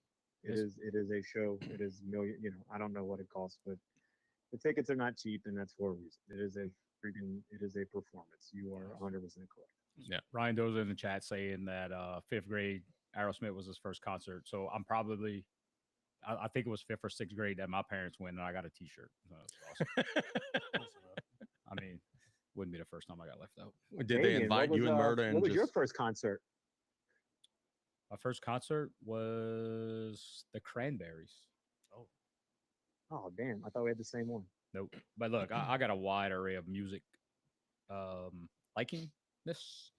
I've been to Cash Money concert. I've been to Cranberries. I've been to Journey, Toto, Pearl Jam, Zach Bryan, Luke Bryan. No, I've never been to a Luke Bryan concert. Been to a lot of different concerts. Better Than Ezra, who my wife loves, and they're fucking awful. No, I like Better Than Ezra. That's an LSU classic. Yeah, dude. the first time, but then like the third and fourth time that she still wants to go. Nah, not so much. Yeah. Tommy, They are awful. we talk about this on the sidebar, and you often tell us that you got, you know, just some cases that you would refuse to take. Would you represent P. Diddy? Awkward Oh. silence. Yeah. Awkward silence. Yeah. He's like, lathering Yeah, himself up yeah, in baby Yeah, oil. I'm just thinking of the amount of money that he would have to pay me to defend him and how long it would go on, and I could finally just be on the news and do the next question. No Yeah. comment. Yeah, I mean, you just soak up Travesty of the- justice. Yeah, you just soak up the money and stay in litigation for who knows how long. I will not sleep until his name is cleared. You know, all the cliche stuff that defense attorneys say. No one around here would say anything like that, huh? We got a question in the chat asking if anyone on the panel has ever won front row tickets for a Q93 dance off. I have not. I am guilty. Me and one Cody Sanamo rocking a Barry Bonds throwback jersey. Won a Sean Paul dance contest in the New Orleans Arena and got front row tickets to Rock the Mic tour, and it was absolutely amazing. Was it? Okay. Well, what was the dance? thought we- Like, what kind of moves you put out? It was for whatever reason, I mean, you got to see, this is the peak of college years. Mhm. So that's when MTV was really popular and TRL and all that. So it was Sean Paul Get Busy. And of course, me and Murda from our lovely nightcaps escapades knew the song, watched the video, saw dance, and mimicked the entire dance. And so Wild Wayne and Uptown Angela were mesmerized that these two white dudes knew what was going on to the song. And apparently because we were white, and that's the only reason. And they gave us front row tickets, and it was a great show. At one point, we thought we were going to die because they had a huge fight, but we weathered the storm and we made it. It was great. Hell yeah, bro. Top night of my life. Tommy, did you see your boy from the New Orleans prison breakout or jail breakout on Instagram saying that he is innocent and that he wants Donald Trump to pardon him? I sure did, and I liked it so much I turned that into a meme for Better Call Oh, Bottom yeah, today, yeah, you're pleading right. with Yeah. people to get coverage. So, how, That dude's got some stones on him. I don't know what his angle is, but wow. is that, you think that's really him? Like in the world of AI, is that actually him, or is that just another brother that just kind of looks like that, putting tattoos on his face, making that video? I think it's him, and he's trying. I think it's him, but he's like posting. I think that was done like a week ago. Like, Yeah. I think he's like leaving trails. Hey, But it's Tommy, the we're gonna borderline- call you right back. I got a special call in. Oh god. Okay. Hello. Hello. Is this Mr. Donovan Hollings? Oh man, It is. what's up, Donovan? Nothing much, chilling. Been working on this. Donovan and I have been working on this to surprise Yeah, Casey. absolutely. What's up, Donovan? This is Coach Casey, bro. How you doing, man? I'm doing good. How are you? Doing wonderful, brother. I've been very much so enjoying reading about you in the last couple of weeks, man. Super proud of you. Everything's been going well for you out in Washington. Tell everybody about your story a little bit, brother. So I come from a Coast Guard family. I move around a lot. Matter of fact, I'm not in Washington anymore. I'm in California. Okay. But yeah, I just finished up my junior year today. Yeah, there's really not much more to it. Okay, so talk us through it. Okay, you were here when you were, I think, 8, maybe 9, 10, I don't know, when you were little. Where, so from Louisiana, where did you go? Where are all the places that you've lived? After Louisiana, I went to San Diego. And then after San Diego, after my 6th grade year, I went to Washington. And that was from 7th to my sophomore year. And I am in Alameda, California from my junior to my senior year. What's the high school that you're at? What do you mean? Like what's the name of your high school? Oh, the name of my high school. It's Encinal High School. Okay, nice. What is y'all's mascot? We are the Jets. The Jets. Okay, good. So I need to know. I got to know who I'm rooting for in your senior season, man. Hey, look, we were talking about this. A lot of your buddies that you played biddy with, Terrence, Meathead, all them guys, they're all still playing sports here. They're all still down the bayou. Terrence is like breaking records on the football side. Meathead's the starting running back. Like all of the old crew is still playing sports. And dude, I wish we still had you, man, especially watching these videos of you getting up and dunking and all this crazy stuff. You're still a heck of an athlete, brother. I appreciate it. It's just hard work and dedication. Hey, Donovan, do you remember your nickname when you were down here? Gold shoes. Hey. You still got them gold I shoes? gotta bring it back. I don't have them now. I don't know where they at. I can tell you, little bro, you left a lasting impression on me, Coach Casey, Coach Nick. We talk about you all the time, man, and to be able to connect with you is pretty freaking special. I got to be honest with you. Yeah, no, I did not expect this at all. Yeah, no. Let them. Okay, so you play football. Do you still play basketball? I know you do track. Like, let them know what all you play. Yeah, I play football, I play basketball, and I run track. And from what I understand, there's probably some opportunities to maybe do it beyond the prep level. Let them know, like, where you getting some offers, bro. I don't have any offers, but I do have interest. So I have interest from like some HBCUs, some like D2 schools, and I think the biggest D1 school I know of is Ole Miss right now. Now, I mean, we're here in Louisiana. We're LSU fans. We don't like Ole Miss very much. So, I mean, you just be careful with that, all right? I mean, I'm just saying, free school is free school. No, 100%, dude. We're just messing with you, man. I tell you what, Donovan, if you end up at Ole Miss or wherever you end up, and I get a chance to go watch you play, I'll fly your school colors no matter what. 100%. And look, dude, we're making a little care package. We're going to be mailing you some stuff. We got some shirts for you, and we got some swag for you. We're going to be getting that your way. And dude, look, I mean this. If you need anything, we got some ties to some schools out here in the South. If you need a good word from anybody, you got a bunch of coaches down here that would definitely vouch for you. Okay, bro? For sure. I appreciate that. Hey, Yeah, what I the- mean, what- I'm- send my info. Hey, what size shoes you in? I'm gonna send you some gold shoes as well in that package.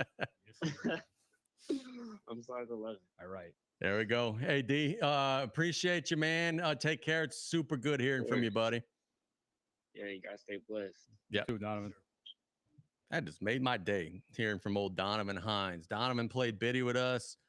Shit, Boy, I whenever had they were. goosebumps. Yeah, that was probably about 7-8 years ago now. Coast Guard boy, That was 10 years ago. 10 years ago, whatever. 17, Yeah. all these guys are 17, 18. now, Yeah. and they were- So Damien and I, like, we're the big fun chocks. We think we know everybody, and we think we got the best team possible drafted.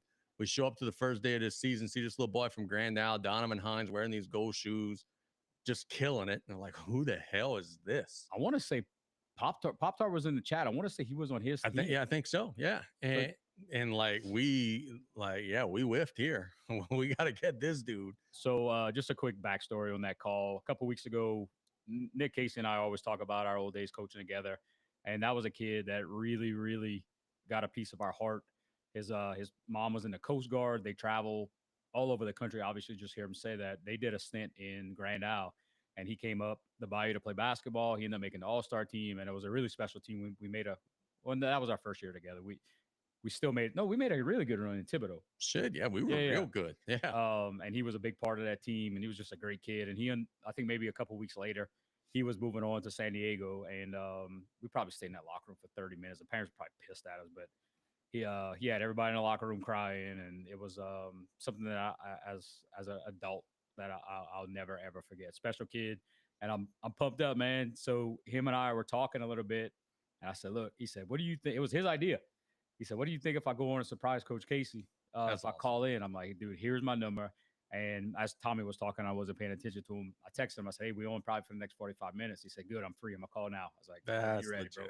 Happy birthday to me. That's awesome. That's wonderful. And look, as an 8-year-old boy, he had the bravery to get up in front of his teammates at the end of the All-Star season and say, "I've been moving all over the place my whole life. This is the only place I've ever felt like I've had a family."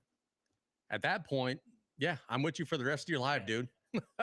So yeah, we're rooting for Donovan. I was giving him crap about Ole Miss. If he goes to Ole Miss, I will wear the red and the blue.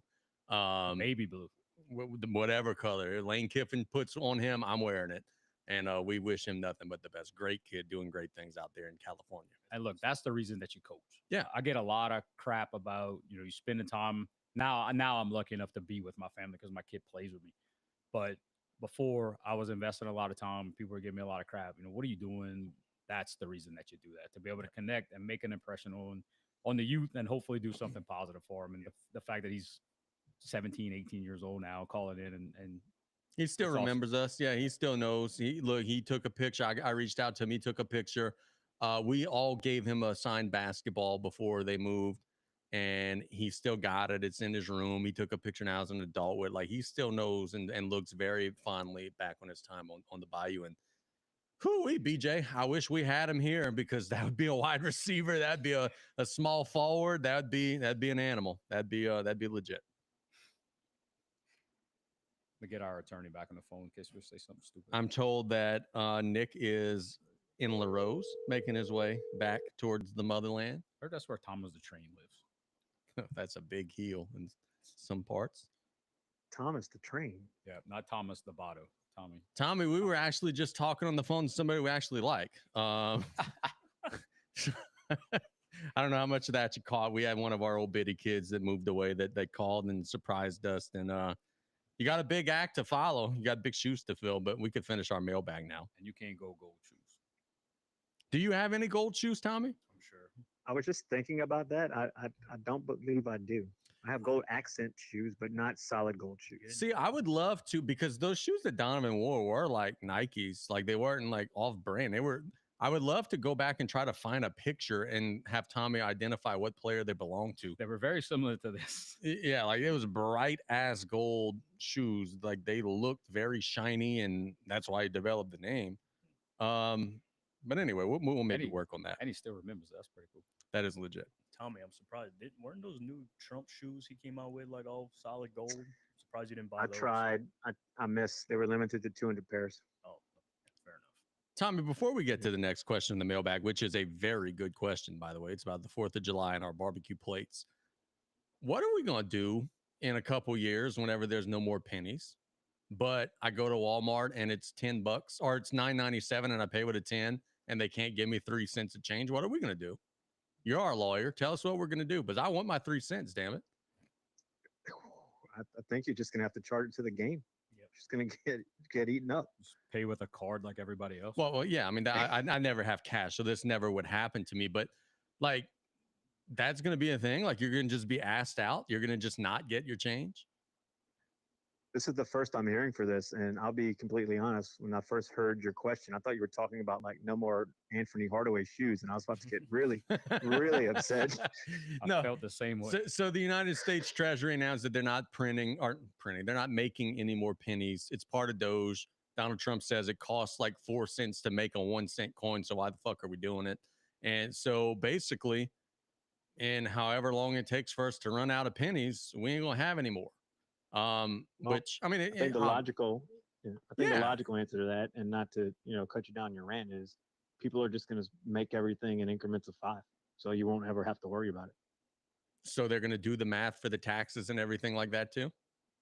I'm assuming, or these places are kind of just be like, hey, you're not paying in cash, beers are $5.25, or like, they're gonna, they'll price it like $5.17 with taxes gonna come to $5.25. They going up for sure. They ain't going down. Can Walmart give me like a credit so the next time I walk in, I got 3 cents already, like working? Like, how's that going? There's just so many unanswered questions. And I'm saying this tongue in cheek. Obviously, it's not a huge deal, 3 cents or whatever. But if they're getting 3 cents 500,000 times a day, it is a big deal, right?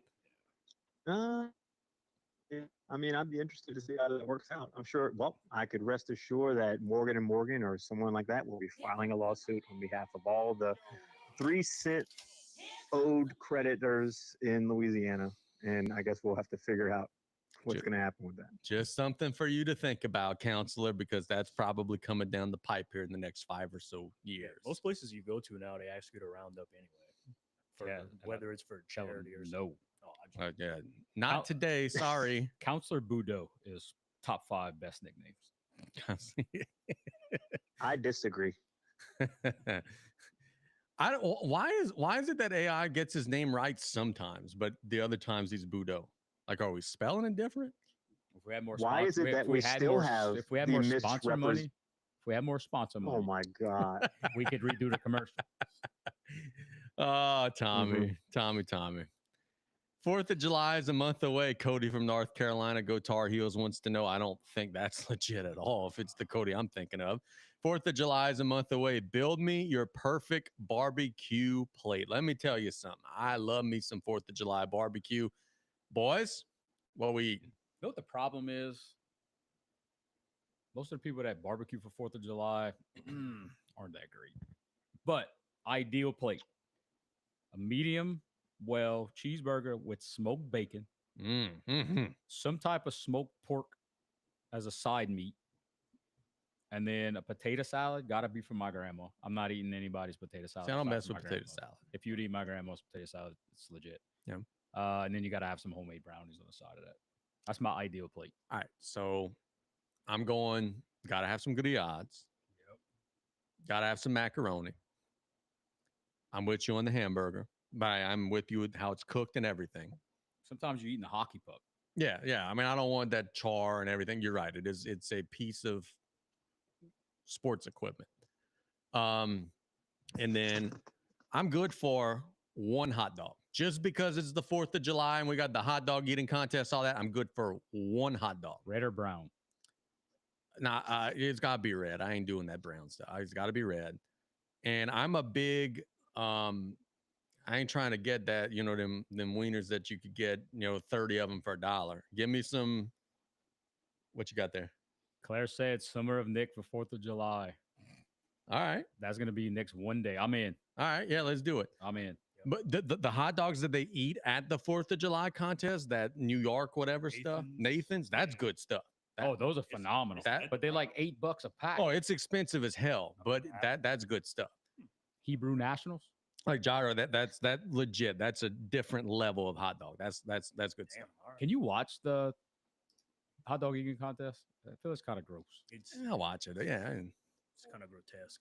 but We should have a hot dog eating contest. No, we shouldn't. I would dominate. Glizzy. Yeah, Glizzy. you eat all the glizzes. You are the glizzy eater. Dude, I Kobayashi. That's gonna be our next poll because we got some conversation in the chat. Red or brown weenies? Oh, I thought you were gonna Oh, ask who's the dude. real glizzy gladiator. But all right. the Nathans are brown, but in general, I'm a red guy. I don't care for the red. I had Joey Chestnut on the Sports Corner before. He came to La Rose and won a competition.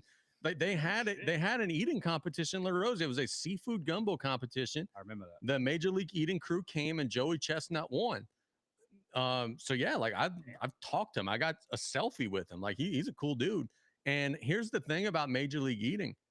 Those dudes are not that hard to get a hold of. Like before we probably couldn't get Joey Chestnut on, but before July 4th, we could probably get like that Badlands guy that drinks the lemonade. Badlands Chugs. Yeah, like we could probably get one of That's those my dudes dude. on the show. But That's they're- my dude. Eric Because- Badlands Booker. yeah, like they're only celebrities that one day of the year. Like if we try to get him on June 20th, he ain't doing nothing. We're gonna be able to get him. According to Nick's son The great- Silas, Joey Chestnut is my assistant coach as well.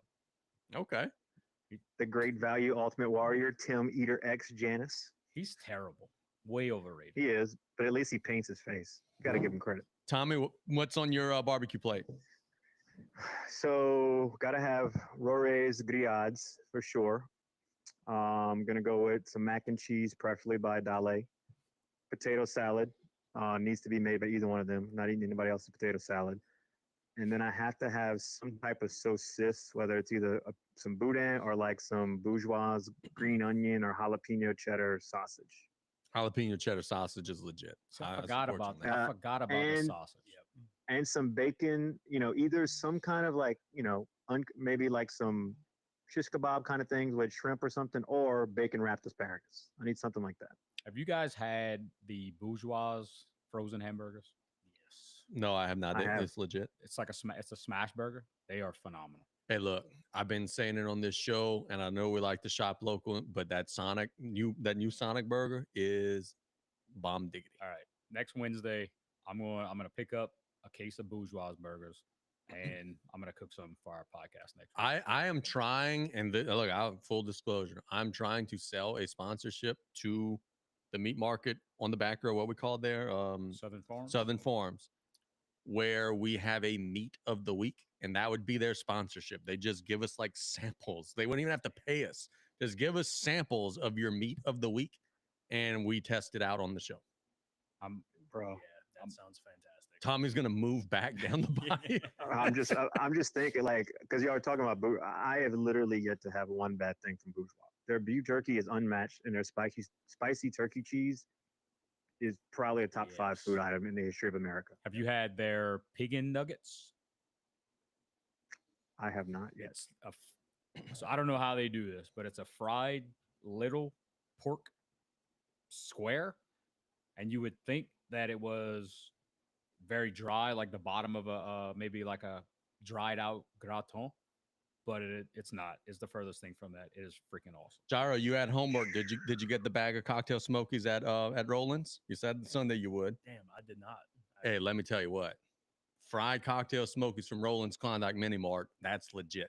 Now the bag is soaking wet. Yeah. It's probably the most unhealthy thing you could ever eat, but it is freaking ridiculous. What's on your barbecue plate? Let's see. So I'm gonna pretty much stay with some of the stuff y'all had. So I'm gonna go. Gotta have a bacon burger, grillades for sure. I will go deer sausage. Big deer sausage guy. I feel like that's a pretty. I'm with that. staple. You like sausage? Yep. I'd go mac and cheese, potato salad, and I gotta throw the garlic bread in there too. I like me some garlic Yep. bread. See, Yeah. I'm not a carb guy. I like me some garlic So bread. Brandon mentioned in the chat about Bayou Boucherie. They have some really good stuff as well. They got different types of stuff. Yes. I can tell you my favorite thing about playing in the Raceland Middle School tournament. They get catering from there. They have smoked chicken wings that are ridiculous. Yeah, that was some good Okay, so look, what I'm about to say, you wouldn't think of getting this at a meat market, but I walk into the kitchen the other day and there's some chicken salad on the stove. And I'm a moderately, fan of chicken salad. Like, hey, that's all right. I like chicken salad. So I put a little bit on a cracker and I put it in. I was like, what in the fuck is this? And they tell me that it is from Bayou Boucherie. Their chicken salad is 10 out of 10. So everything that they got over there is How would you ridiculously compare it to Rouse's chicken salad? much better. Really? Much better. Really? Rouse has got a top tier chicken salad. There's a Mixers. Oh, some followed you in, Nick. Got a stink bug or something. What is that? What's up, Nick? get you a chair, bro. That on a cracker, dude. That's what I said. I'm tired of telling y'all about shrimp that peel. I'm gonna learn y'all one more time. We got a new member of the show just in time for little games. And you let just bugs in. I mean, we got time for little games. Yeah, we'll be able to figure something out. I could maybe come up with a game. We could just spin that wheel and just name random plays. Nick, your wheel has gotten some hate from India. Oh, dude, did you miss that early in the show? We got so much shit during the live drawing. Jinder Mahal is about The to wheel take that we out put Bless all Your the Heart. names, Hey, The- Nick, people. I know that you vacation a lot. Bro, what the hell did you bring in here? I know Nick's a big vacation guy. Don't go to India, bro. Yeah, you done. You are not welcome there. Nick, give me a grab a mic and grab a headset. Get you in there. Sit with Livy Dunn. That's not a bad place to be sitting, Ooh. brother. Brisket boudin. Whoa. That sounds good.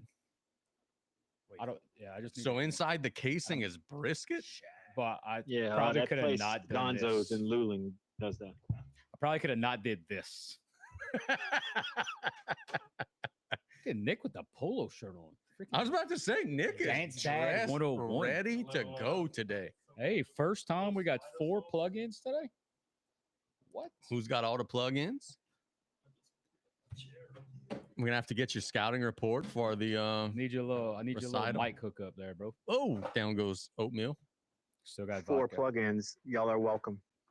Yeah, Caroline hooked us up. It's gonna be in that bag, Nick. Hey, look, Tommy, I want to tell you, I was hanging out with Caroline earlier, and the second that I said that her parent was an asshole, she got furious.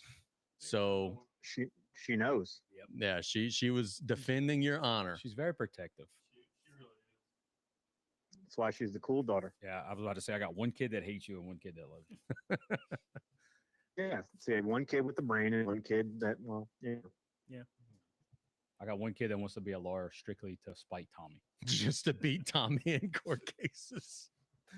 Hopefully, I will be retired by then And because she I don't said want to. her tagline is going to be better than Bado.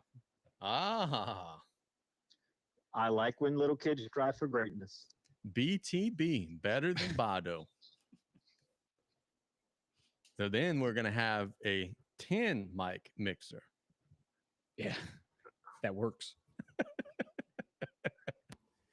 We're getting Nick plugged in. Mr. A Bear, how was the dance recital, sir? Test, test. You good, bro? You loud as shit. How's your head? Are you gonna have travel team dancing coming up this summer? Or Starting my own I can't say flash because that's a little inappropriate. But How's your mic volume? Headphone volume. good, good. Awesome. But yeah, I'm gonna start my own dance mom Why are you troop standing? because I have no place to sit. just sit on gyro. He likes glizzies. Yeah, bro. Speaking of food, gyros are good too. We could squeeze in. Yeah, we could make this work. Ugh. I know some parties in our group chat doesn't like lamb, but the Y'all like lamb? Yeah, dude. You Some like of us. Heroes with some tzatziki sauce. Shit. Shout out to Nick for making the wraparound. That way, there's no visible plug-in. Yeah, you saw that, huh? he destroyed my plugins. I can't plug in my computer there anymore. Hey, Nick, believe it or not, whenever I asked Gyro to get me a Sprite, he knew where they were. Oh, Nick's drinking Thank you, beer, sir. Jesus Christ, we in. It'll be a long day. So it's already been a long day. Pierce said that Nick's already said more words than Gyro. I thought You Gyro, gotta that's put about a an hour dollar and a in half. gyro ago. for him to talk Nick, like it- Zoltan. Nick, if you want to move the camera a little bit, A we can all smidge. get in. Yeah, just a like more smidge. towards you. look, if we still got people watching, we appreciate that. A little bit more. Right? Yeah, you should be good now. Yeah, we should be good. Should be good Tell now. you who's not watching, Jinder Mahal. Nope. Gender reveal. Good, no? Yeah, we're good now. I mean, if you sit, we can tell you. Yeah, you're good. Kyle's got his barbecue plate. I'm gonna put that one on the screen. Then Shout out Kyle, the sponsor for this 50 travesty that we shades do. of garlic bread, he said. to playing for this conversation, give me the pork ribs, smoked sausage, hot dogs, and a hamburger. If there's garlic bread, give me 50. Nick, what is your Summer of Nick July 4th ideal barbecue plate or ideal plate? I think, yeah, by the way, I think the wife invited us all to your house and you're barbecuing Yeah, for 4th of she- July. yeah. No. I heard her Nick, no, click, no. click, clicking away on her little phone on the way home. Nick is not barbecue. Last time he almost burned his cabana down and I had to take over. It was the whole debacle. I think what I read is Nick was getting it catered by Bayou Boucherie. That's Ah, That'd be even allegedly. better. Allegedly. okay. I'm okay with that. I think we have more questions, but Yeah, we got a few more. What's on your no, plate? no, like that's not on the list. If I'm not making it, I want some ribs. If I'm not making it, I want some brisket. Definitely brisket. From Big Steve? Yeah, yeah. If Big Steve wants to hook us up, that could be a sponsor. Big Steve, sponsor us with some Big brisket. Steve's a sponsor. We're in trouble. We're in And, big trouble. That's about it. Maybe some baked beans, maybe some potato salad. Dirtier the potato salad, the better. Why are you in church clothes, dude? What's- Dirty potato salad? Can you explain that? I don't know Like what's in it. relish? It's like some relish and some Oh, yeah, peppers and no, stuff in there. No way. But you know, my, Oh, I my bet you daughter's put out there raisins dancing. in your potato salad. Oh, Bado said you put raisins in there. my daughter's out there dancing. I want to look good, you know. How'd she do? Bro. What? I'm back to this She serious did. question. She did good, but I mean, she's 5, Yeah. so it's like for her to remember any part of it, it's pretty impressive, and she enjoys doing it. And Hell did. yeah, dude. Yeah. I mean, I'm not sure about the other kids. I thought she did a pretty good job. Yeah, I wasn't give her trolling. a That was a A-minus. serious question. Claire just said that you're not cooking. You're going to be hanging in the pool and drinking while giggling. And talking about pirates. Drinking some red, white, and blues. The last time I was at your house for a summer gathering, you were hot and heavy talking about pirates. Yep. Cowboys on Grand Isle and how you beat the Yep. crap out of everybody. It was quite an adventure. Quite an adventure. My pronunciation of Cajun last names wasn't too good. What retired NFL player do you wish could have played in the flag football Olympic team? This is from John from La Rose. Oh man, that's a good question. And I think a lot of these flag football dudes are retired dudes, like probably still could dominate this, but they're not having to get hit. I said last time we talked about this, T.O. still runs a 4.4. He would still be a dog. He would still be lights out good. Man, like back in the day, and I know he can't do it anymore, but can you imagine? And I know we were making fun of India earlier in the show, shame on us. Can you imagine Barry Sanders like juking out the Team India linebacker back in the day? Like, dude, that would have been so nasty. Barry Sanders is my answer. I'm going Michael Vick. Mike Vick, that's a Going good answer Michael too. Vick. That man's a dog. Yep. Number one, You know, number one flag football player ever, Reggie Bush. yeah, that was my second. Give me Deshaun Jackson, Reggie Bush, Kyler Murray, quarterback. Damien, shit on him and say Reggie Bush would run out of bounds all game. He would. Him and Michael Lewis would be the worst flag football team ever. Michael Lewis would return every point for a touchdown. So I went Jerry Rice. Jerry Rice is a great answer too. If you were Or- always opening a real game, how good Yeah, would you be? in there's flag? no way some phone bank guy from Punjabiville is gonna guard Jerry Rice. What did I Complaining about- miss with these? Dude, we had the entire country of India thinking they were going to win 250 bucks. You got What? They were on our fucking ass. and of course, we said that it was you who was in charge of the drawing. Well, you had your little wheel. That's why my Facebook And- got hacked earlier. We discussed the our internet Facebook connection yeah. was going down for 30 minutes. The internet went down. Yeah, shit was getting real over here, That's brother. because of Nick's TikTok mandate that he has on. Tommy, who's the retired player you wish would be on the American flag football team? Neon Dion. Prime time, playing both ways. both ways and shit talking every single person in the building, even the ref, even his own team, even the freaking person in charge of the Olympics. Yes. So my Give it to honorable me. mention was Bo Jackson, but I think he may I- not be as good because Bo Jackson could run folks over, and you probably really can't do that. That's why you want a running back that's too scared and is going to run away from everybody. So I got Reggie Bush. But But honorable mention Darren Sproles. Courtney Roby would be next. Okay. Well, Nick, you did miss this. We just had about like a 10, 15-minute phone call with Donovan Hines. I caught that. Yeah. That was Shout out legit. Donovan Hines. I wasn't here, but now I'm here. Michigan guy. Coaching you. Is it illegal in flag football to run somebody over? I know you can't tackle. As long as it don't take your flags, you good. That's what I'm saying. Like if they're running at you, you could dump truck them, right? Like And- Jerome Bettis could just No. truck you, right? It's illegal. What? It's illegal. It's really? illegal. I know what you're saying. So I like, know how- what you're thinking. so you can't initiate contact as an offensive player? No. Oh, that's Really? That's weak. bullshit. Says who? The refs, that referee flag. 4 and it's like a 5-year-old flag roughness football. penalty. Okay. gotcha. Speaking of flag, how do y'all No, feel that this it's is illegal? actually no, it's old men flag football. Hey, so before we move off of the Olympics, Yeah. a couple weeks back we talked about the enhanced games with the legal juicing. I don't know what swimmer it is, but he's been preparing for these games. He is humongous. Let me tell you something. swimmer. This is becoming a real thing. We were all joking about it and it was all fun and games until like they started throwing millions of dollars at this. I'm gonna just put this on as you talk Bruh, like because that's what it's gonna be. you get $1 million Michael bucks. Phelps needs to get the needle. Dude, you get $1 million for breaking a world record. We're going to see some people doping. We're going to see some juice boxes out in these competitions. I'm telling you, this is going to be legit. I never thought I would see like a jacked up swimmer. Bro, I know exactly what you're talking about, Damien. There was a swimmer that looks like Brock Lesnar that is getting ready for the enhanced games. As long as he's not looking like Brock Lesnar's daughter, it'll be all right. Yeah, look, there's him right there. This is the dude right here. Let me share. He looks like a fucking shark. Like, how are you going to outslim this dude?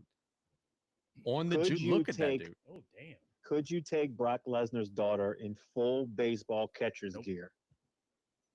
Full baseball catcher. Take her where? In a fight, or she running home and we're blocking the plate?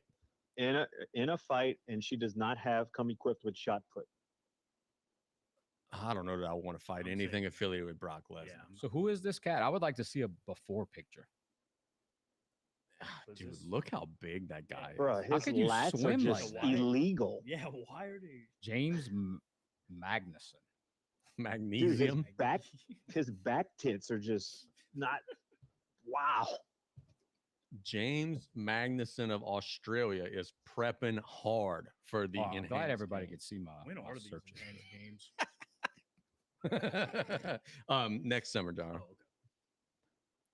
I like that meme there. It just says juiced. Like they just full on. Hey, like I'm on the juice. So this is him prior. And he's always been big, but Yeah, he but is that's- huge now.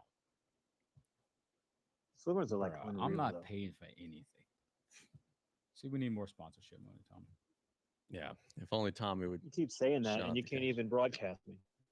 Get John Pete in here. I mean, Shout out for the phone. Or is the phone lines fixed? it was a setting. Tommy had the settings wrong So on our who mixer. figured it out? Oh my god! I jacked it up The and guy I who has figured it out. never touched the mixer nor seen it. Okay, but Tom- paid for it. Tommy had the mixer that set in up there. improperly, and now we got it straight. Don't worry, after- Tommy. I promise you'll have a great picture in the edit. Okay. I'm sure that's Oh. really reassuring to Bado. I'm about to cancel my sponsorship live and agree with India Summer over here. Pierce from next to the old Golden Meadow Post Office wants to know what restaurant has the best cheese sticks. These are off the cuff, by the way. I have no answers to this. I'm not a big cheese stick dude, so I don't really order them anywhere. I know Walk On says some good ones. Walker But- does, yes. That Gyro, that restaurant we went eat Yeah, at Sunday that had was some really good What cheese was it sticks. called? Like Milano's. Some wood fire grill pizza. They place. were really good. I was about to say that. Casey, shout out Mimo's. Mimo's got some Does she? hella cheese sticks. You can't go wrong with Sonic cheese sticks either, though. Dude, no. You go to Roses. Yeah, or Roses the fake, goat. fake Roses are Meemaws, and you could shove them. But Roses probably still got their cheese sticks from the same place everybody else gets their cheese sticks. Sonic's cheese sticks suck. Yeah, they do.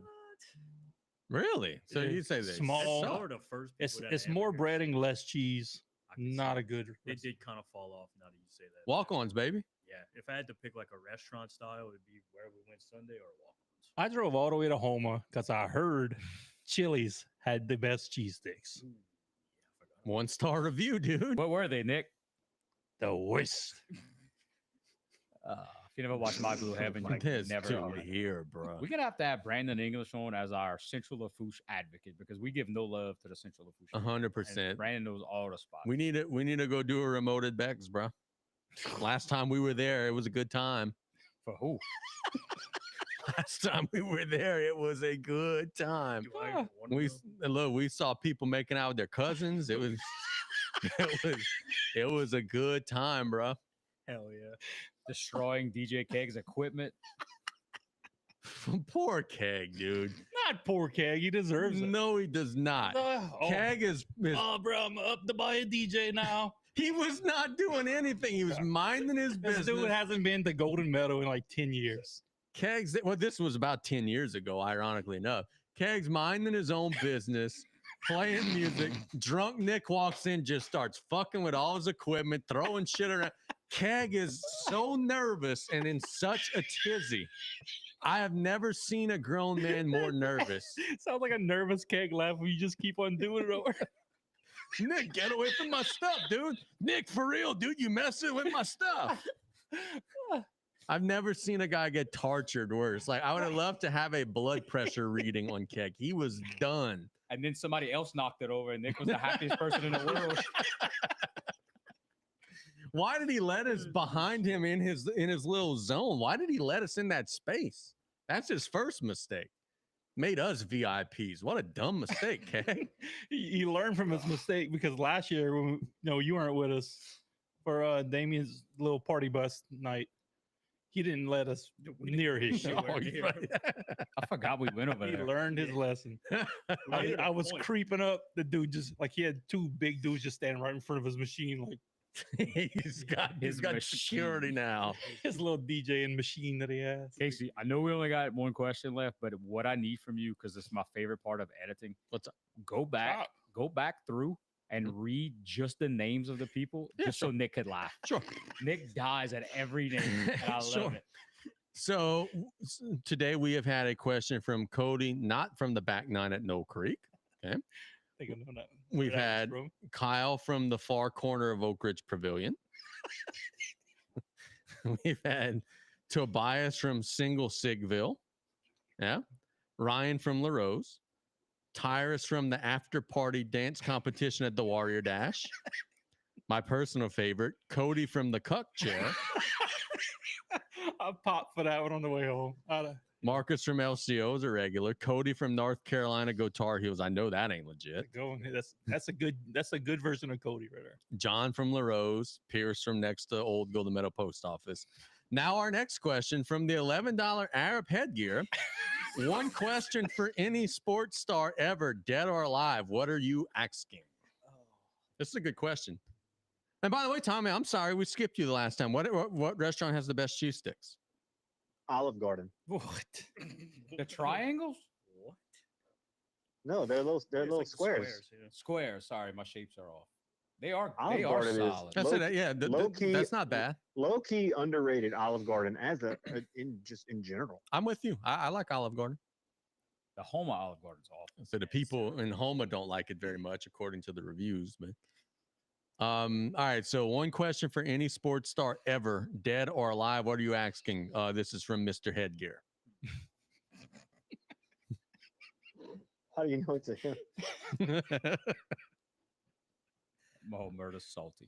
I'm asking. I am asking, OJ, bruh, did you do it or not? And if so, how'd you do it? And then he's probably lying to me and saying no and then murdering me in my sleep. But anyway, You think he'll end up admitting it eventually. Well, he's dead. So. Yeah. Well, it's true. Ooh, I'm the My ghost bad, of my O.J. bad. Simpson. Well, I thought in my head, I always thought that he would like He wrote admit a to it book. before he died. He wrote a book that said, yeah. "If I did it," and That's in what the it was. civil court, Fred Goldstein, the father of the guy who got killed, made it like OJ didn't have any money to pay him, quote unquote, didn't have any money. So Fred Goldstein had the rights of the book and he left the "if I" in the tiniest print. So the cover of the book just says, "I did it." That's a good troll move. Ooh, I'm the ghost of OJ. Me. I'm the ghost of OJ I Simpson. completely Me. forgot that he fucking died. Damien, what question are you asking? Oh no, I'm changing my answer. I'm asking Will Chamberlain if he actually did it with 1 million women. I'm asking Will Chamberlain if he actually scored 100 points, which I know the answer. That's where I thought you were going with that. But Scored probably 40 points in that game. I don't know. They're releasing more and more film of it, and There's I no can film. truly believe it. No, like of other stuff, not of that game, but like other film of him playing, and it looks like he's playing against like children. Because he was. Yeah. He's playing U12 still. Biddy at the youth center. And that was an NBA back in the day. Damien, what question you asking? So I thought long and hard about this. I was gonna go with a dead athlete, but I'm more of a coach guy, Mm-hmm. and he may be dead now. He's not, but he might be. I'm asking Les Miles, what the fuck? Yeah, that's a good one. Sounds like some geese that would do. Les Miles, what the fuck? Drive. Like, what are we doing?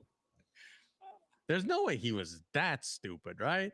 Like the beginning of his LSU tenure, we had a normal offense. It was after the Alabama game. He got so scared to throw interceptions, we just ran the ball every single play.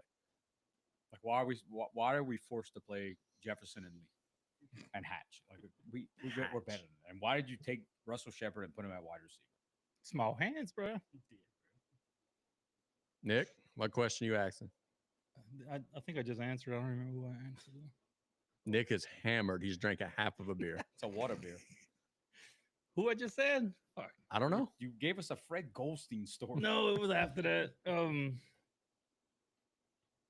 He's asking Curtis why he came down the street. I was gonna- Curtis, what you doing down our street? every episode, every fucking episode. And it's funny every time. We got to put that on the soundboard. That Yes, one clip yes, right there. that would have me will laughing. Lose his stuff. Tommy, what you asking Aaron Hernandez? I got a clip. Ooh. I'm asking Michael Jordan one of two things. Ooh. Either yes or no, did you have the flu? And the other would be if that was, if he wouldn't answer it, how close were you actually to signing with Adidas? So I thought you were going to go different. I thought you were going to ask, like, were you not able to play because you were suspended by the league, like that big conspiracy theory? Oh, okay. Well, I didn't think. Yeah, that's a good. Yeah. And I think that we've confirmed that he didn't have the flu. He had the runs, right? He ate some bad pizza or something like that. Apparently, it was food poisoning or something. But I mean, I wonder if he would actually, or if he will admit it later in life, or maybe in his book it'll come out posthumously. I saw that that pepperoni and it gave me the shots, and I took that personally. Michael Jordan would say the word "shias." I would. Y'all, you put this on the list. It says save this one for next Yeah. week. So, all right, so we're not doing it, or were we asking it and then answering it next week? Yeah, we could put it out Yeah. there. All right, so we are going to now build our Down the Bayou Dream Team starting lineup, sport of your choice, open to all current and former players of Lafourche and Terrebonne. So starting lineup open to like, am I doing a basketball? You doing like what? How are we gonna do this? I don't know, but I feel like we needed more. I feel like Kyle asked the hard hitting questions. That's a pretty Like good he's a golden medal Casey Gisclair. Ah, That needs some more. Can I say something? I'm the cutoff Kyle Williams, baby. cut off Kyle? I've been called. Until Go ahead. we get a sponsor from Terrebonne Parish, why are we considering them? Because we're never gonna get one until we consider them, Tommy. Yeah, I just, it's a listener question. We didn't come up with this. I refuse to name anybody from Terrebonne Parish and I whatever won't. team I I'm won't have constructing. anybody. I might. No, I might. I'm trying to think. I'm sure I'm gonna have somebody. You want to hear live footage of a parent getting thrown out of a gym this weekend? Sure.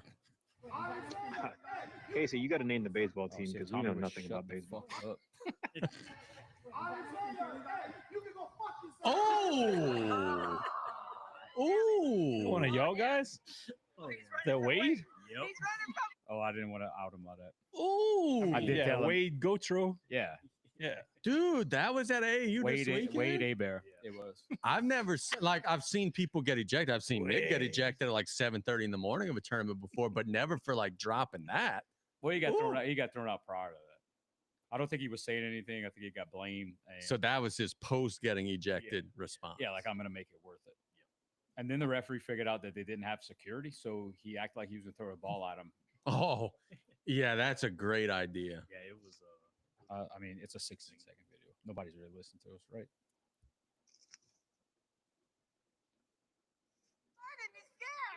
What you doing down my street? What you doing down my street, Wade Abear? Get that old lady on the show. If y'all know who Wade Abear is, kudos. So yeah, we will build our Down the Bayou Dream Team. Thanks for the question, Kyle. That's a good one. We're gonna have to put some thought into that. Nick, I don't know if you were listening earlier. We were challenged by some of the folks close to Tarpon football to do our South Lafourche position by position dream team. That's gonna have to be its own show. We might have to get together on a Sunday one time and just talk some Tarpon football. At the dance thing I went to tonight, I ran into my consultant for that team. Team L? Yes. And he asked when we were going to do it. I said close to the football season. Yeah, we're gonna get that in there. Man, news broke while we were live today. I know Tommy hates Homa, but we got to mention it again. Tiana Stewart from Vanderbilt committing to Nicholls State University. That's some good stuff. So that was really cool. But that's the end of our mailbag. Nick, I feel like we got to catch up with you for a little bit though. Then by the way, that mailbag is sponsored by Lafourche Concert and Events Club. We appreciate them so very much. Kyle, you're in the chat right now. When's y'all's next event, dude? Put that out there. Because if there's ever anything y'all need us to promote, anything y'all are doing, a concert, a comedy show, whatever, let us know so that we can make sure that we're pushing what it is that y'all got going on. Yeah, bro. Feel free to call in. That number on the left bottom of the screen. We could take another call.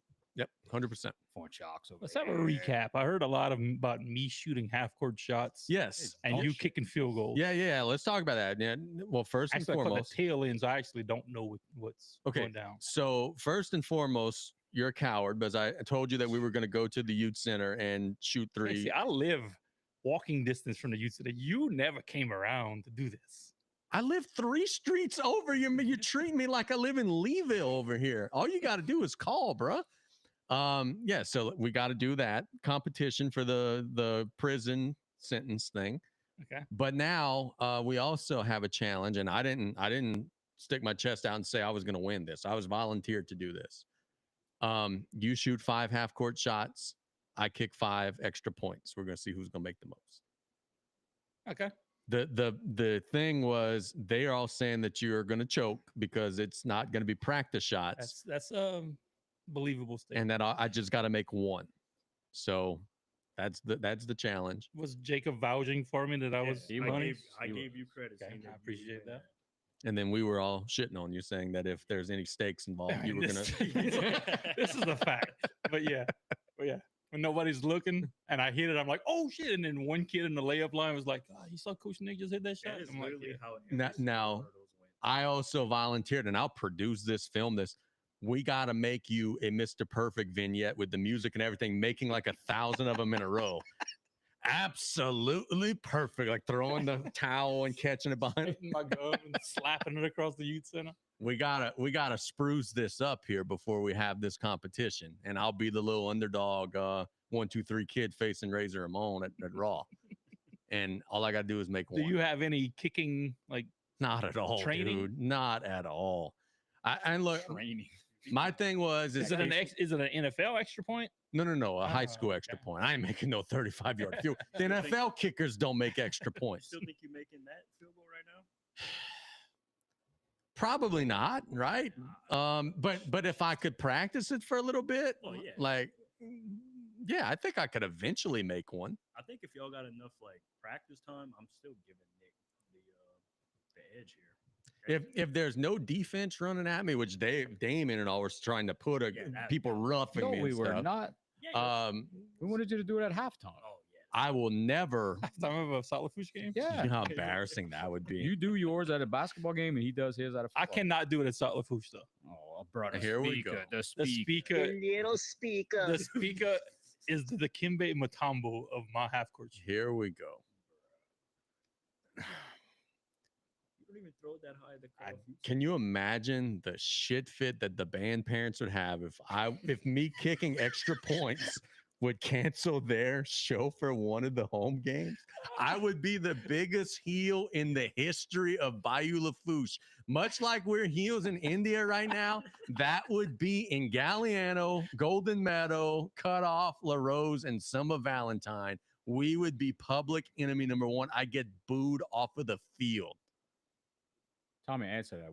Let's use some technology. Uh-oh. Uh-oh. Uh-oh. Get a block. What are you doing?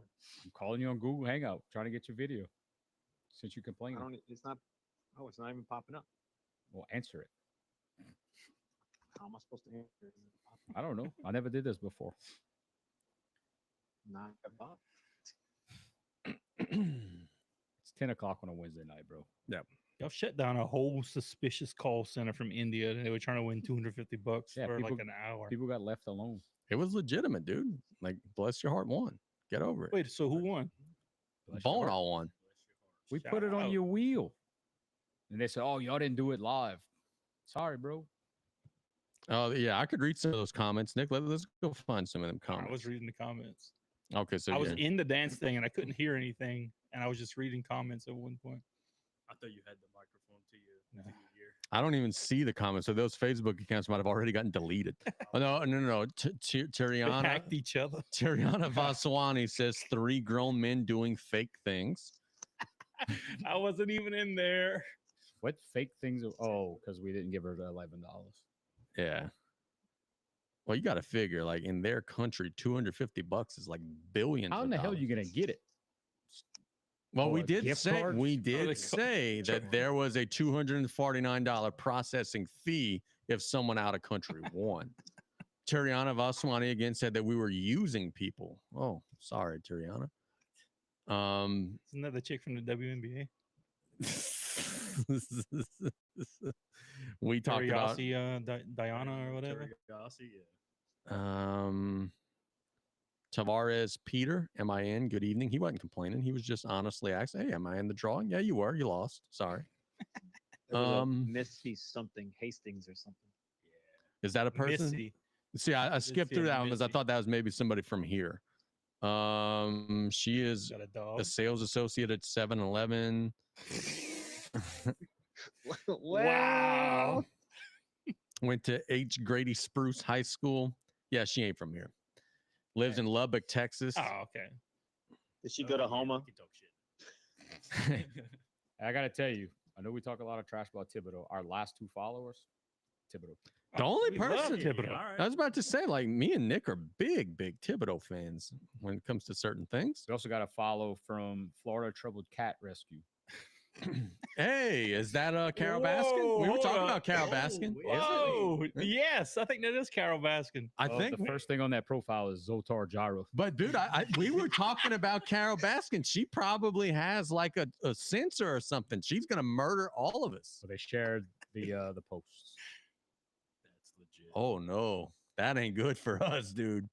We trolled the wrong one. That's good. That's good publicity. Kyle said Hell yeah. at the moment they don't have any events until Halloween. We got some other stuff in the works in between. Please keep us updated, dude. And look, I mean this sincerely.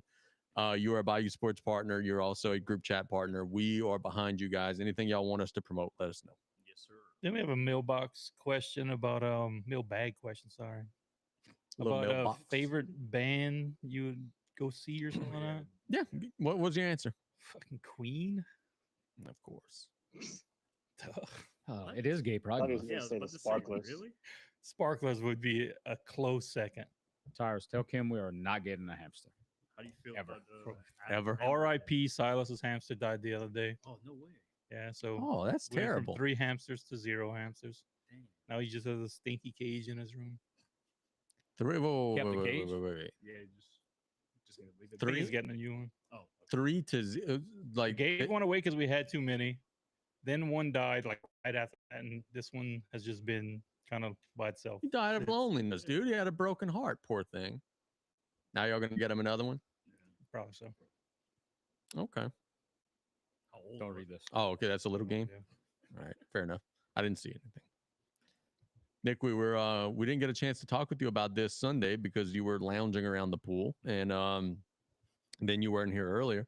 What did you make of Victor's performance on Saturday? Oh yeah, impressive. First round knockout. Yeah. Early first round knockout. Yeah. What about Zane's performance? Not too good. Well, it looked good. It looked like classic Zane from the first couple minute. Yeah. Yeah. Then Yeah. Yeah. Well, in his defense, those ropes didn't look too sturdy, but he did fly through them like 4 times. Why was he continuously trying to draw a foul in the ropes? Like, look, he was trying to shoot free throws. That's You go what- into the ropes and then like flail and that's what that's his game. Like when he gets tired, he goes back to the ropes and just tries to let the So other that's guy his throw a bunch of gimmick? punches. The Yeah. ropes were He's so always done that. loose. Yeah. I mean, if he doesn't knock you out in the first 2 minutes, he used to be able to go like a lot of rounds, but like when he started getting older and like out of shape, he would throw if he wouldn't knock you out, he would fall back on the ropes and just try to let you throw a bunch of punches, and I don't know, tire yourself out. But once he gets into that situation, it's never a good situation for him. It never goes. I think he has a feeling that, okay, I'm gonna let this guy gas out. I'm gonna take a little rest, and then I'm gonna come back and finish him off. But it usually doesn't get to that. Kyle, if you put a hamster on my doorstep, you're gonna have way worse than a hamster on your doorstep. Because I got 1,000 A pissed horse's off head ear and, abs. So I'm looking. We talked about doing a game after this. So I'm looking up random stuff. So ChatGPT thinks that Casey sounds like Casey after a tailgate. The quote is, "I once ate 37 boiled eggs during a Saints game. We still lost." what? I don't eat boiled eggs at all. What? Another made up quote is, "The ref told me I couldn't wear jeans or flip flops to coach. I told him those are my dress jeans." Now that one, that's a little more realistic. Where's Tommy at? Is Tommy still on the line? I was told to shut up, so That's true. He did tell me. All right, fair enough. Coaching 6th grade girls is harder than playing in the SEC. Probably Tommy on a Sunday night rant. Hey, look, I'm gonna throw this out there because A, I'm trying to get this business as a sponsor. But B, it's pretty cool. Chill Out put on their social media new snowball flavors coming soon. They put 2 pictures. What y'all think this is? Huh? They got blue and they got a pink. What y'all think that is? It's cotton A gender candy-ish on the reveal. pink. Nah, they gotta already have a cotton candy. Dude, they gotta do better on social media. They put this 4 hours ago, only one person guessed. We got to get a little more engagement. That's why y'all should be a sponsor. Get some Arabs. Yep. The country of India would be all over your competition right now. And when you reveal something that they don't think it is, which they probably think it's like bad piss or something, they're going to be livid that they didn't win this competition. Is Arabs is that like a bad thing to say? Tommy? I don't think it's 2025. Everything is a bad Arabic? thing to say. Arabic? I was about to say the opposite. It's 2025. It's anything goes nowadays. Yeah. So it's just if you're offended personally, then it becomes a thing. If you I offended, have you're a been bitch. so offended by so many things that I'm kidding. Well, Jaro is definitely offended since he resembles them. What? I was kind of offended earlier when Tommy said something about too many Chiefs and not enough Indians. Yeah, look, man, the Indian community has sent me a couple notes here. Marginalized They weren't Indians, pleased by yeah. that. And you know the crazy part is he had the nerve to say that about having too many baseball coaches. You don't even need baseball coaches. We even talked about that. Let's elaborate on that, Nate. Did see a baseball coach at the dance thing, and I kind of stayed away from him. Oh, so you're going back on that now. You publicly No, throw them no, under the no. bus. No, we were just across the room, and I noticed who it was. All right, y'all want to do a little game? Yeah, let's do a little game. Did we end the We didn't end Well, the actual podcast. we're going to end it right now. Let's go. Give me 2 endings. You The count. first ending. Hey, that's the end of our Not Mott's mailbag, sponsored by LaFouche Concert and Events Club. We thank you guys so very much for listening, watching, everywhere that you guys consume our product. If you guys want to send us questions in the future, Follow us on Facebook. That's where we usually drop the link. Or if you got any of our contacts, drop us a DM, shoot us a text, whatever. Any way you could get a question to us, we'd be happy to take it. So for Nick and Jacob and Damian and Tommy, this is Casey signing off. Thanks for listening to the Group Chat Podcast. It's ending number 1. Professional. Number 2. DTV Michael Cole. Oh, God. Thanks so much for you guys. Now I can't even do anything. Now I'm cooked now. It's true. It's spot on. All right. Yeah. I mean, Michael Cole was a news guy. We want to thank everybody for listening to today's show. It was an awesome show. We covered a lot of different topics. We got off the rails, but that's the beauty of it. That's what we do. We will be live again next Wednesday, and we have live availability every Wednesday pretty much. And we're going to drop in over the weekend sometimes. And, we're going to be popping up all over the place throughout the summer. So keep it on the group chat. For Nick and Jacob and Damian and Tommy, this is Casey signing off. Thanks so much for listening. It's been the Group Chat Podcast. You guys stay with us. We're not actually going anywhere. Yeah. We just got to do that for editing purposes. Tommy, are you staying on and playing the game? How is it going to be possible for me to play the game? Because you just have to answer questions. Oh, okay. It's trivia. Yep. Time to take a leak and grab another. Yeah, go ahead. All right. I just thought it was going to involve pictures, and that's what I didn't know it was going to be capable. Some little pictures. Let's pay some bills while we take a little break here. Hey, Nick, how about you pass me? Nick, shout out Buddy Boudreaux in the Yeah. chat. I bro. heard he was here, Pass me your little notebook. He's still here. Oh, he's telling still you, there? great job. buddy. If I could get my hands On that guy with the backwards cap hat and the that Seaport uniform. he's gonna be my martial artist. We got 6 people that are crazy enough to be watching us right now. And we still have Livy Dunn here. We thank her for spending some time with us today. Thanks for the pin, Nick. I'm just gonna write in below. Oh, I got it right here. Pin 15. Hey, Brandon, tell us about the bunker. That's the golf spot. That's what he said. Yeah, that's that place is supposedly pretty legit. I think there's 2 of them. One of them, I think There's Damon 2 of Adams, them? this kid is like one of the big like managers or something. They just want you to watch him. Just watch. Tommy hates golf. I think Damien and Murder are making me hate golf more. So is this like one of those things like we talked about in one of the other shows, like because they're starting to like it, you're now starting to resent it? I think so. I mean, I've never really liked it, but the fact that, yeah, like every other day, I got to see them check in and take pictures. Yeah. I don't check in anywhere. Check. I check in unofficially. Nick, I don't know if you caught this. I'm in negotiations right now at a meat market to give us a sample meat of the week. I know you'd be excited about that. Buddy said he was in plays and shit. Brandon, we appreciate that, bro. That's why we do this crap. Is it Hopefully somebody thinks we're entertaining. the meat market in the back row? Yep. Shout out. That would be the deal. Like you ain't got to pay us nothing. Like just give us meat once a week. Hey, Tommy, we're gonna call you back. I need my phone for this. Okay. Can somebody else call Tommy? Sure. I don't want to do Like I just got to plug this in. Classic Helmer. Oh, it don't plug into mine. I got an old phone. Nick, can we borrow your phone? I don't know Tommy's number. I have it saved somewhere. Call the Don't plug into yours either. You don't have the hell kind of phone you got? Bruh. It has to. That's the same shit. No, No, that's the older one. I got the lightning pin thing. Yeah, like me everybody too. else. A lightning pin? Gyro? Yeah, you can use mine. You have a 2015 phone? Shit, mine is. I'm probably older than that. You don't have the USB-C cord? No. See, Gyro's good. Yeah. I So we mean, could call him here. Yeah.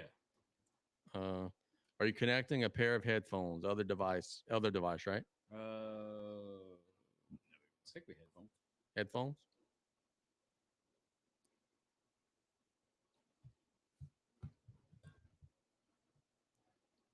Brandon, those wings are absolutely ridiculous. I heard they had some pizza sausage over there. There we too. go. I was getting a little nervous. Didn't hear nothing. He's not gonna answer because he don't know the number. I got his number. Yes. Hey, yeah, we back. We just called you from a different phone. Thought it was a client calling him. Can you turn them up? Yeah, let's see if we can get the little volume up. Jacob Gyro client. Where? There, now he's all the way up. It's usually early for Jacob to be calling you on your personal phone. Huh? It's usually around 2 or 3 in the morning. You get that call from Jacob. Easy. Straight from India, direct flight. All right, so we'll go. We're gonna do 15 questions. About what? I'm gonna be like Nick. I'm not telling anybody shit. Yeah, fair enough. At least was at 1 or 2 on Saturday. One. Tommy, North Carolina's gonna make it to the Omaha. They should. Oregon lost. Yeah.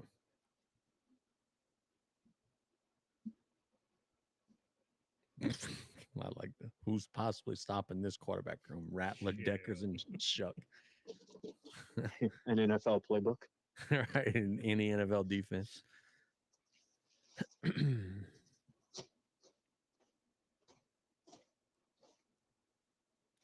For the few people that are still with us waiting on the little game, yeah, man, if y'all are into hockey at all, the game 1 is in overtime right now of the Stanley Cup Finals. That's on TNT, 3-3 between the Oilers and the Panthers. All right, so this little game is gonna be all about quotes. Okay. So I'll read a quote, and you are gonna let me know if it's real or if it's fake. Are we going to hear the quote and the person who allegedly said it? No, just a quote. All right, cool. Sounds good. I don't think. I'm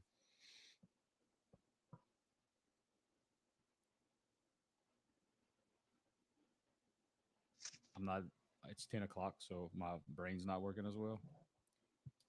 All right, 1 point per question.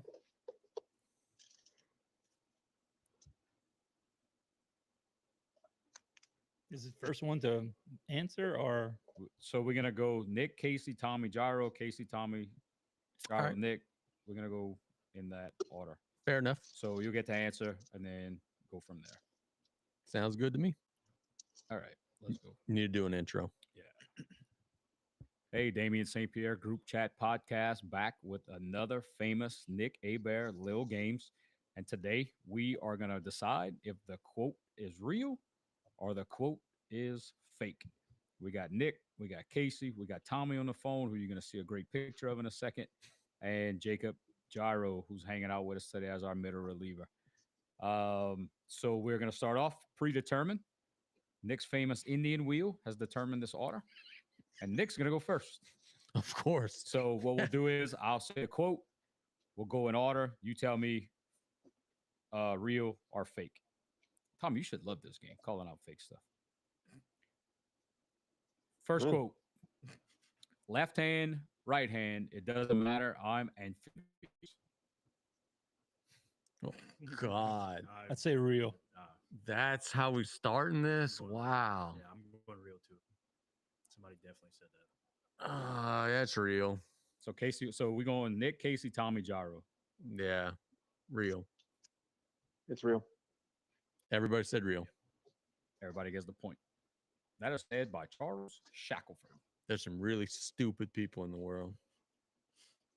I don't diet. I just don't eat as much as I'd like to.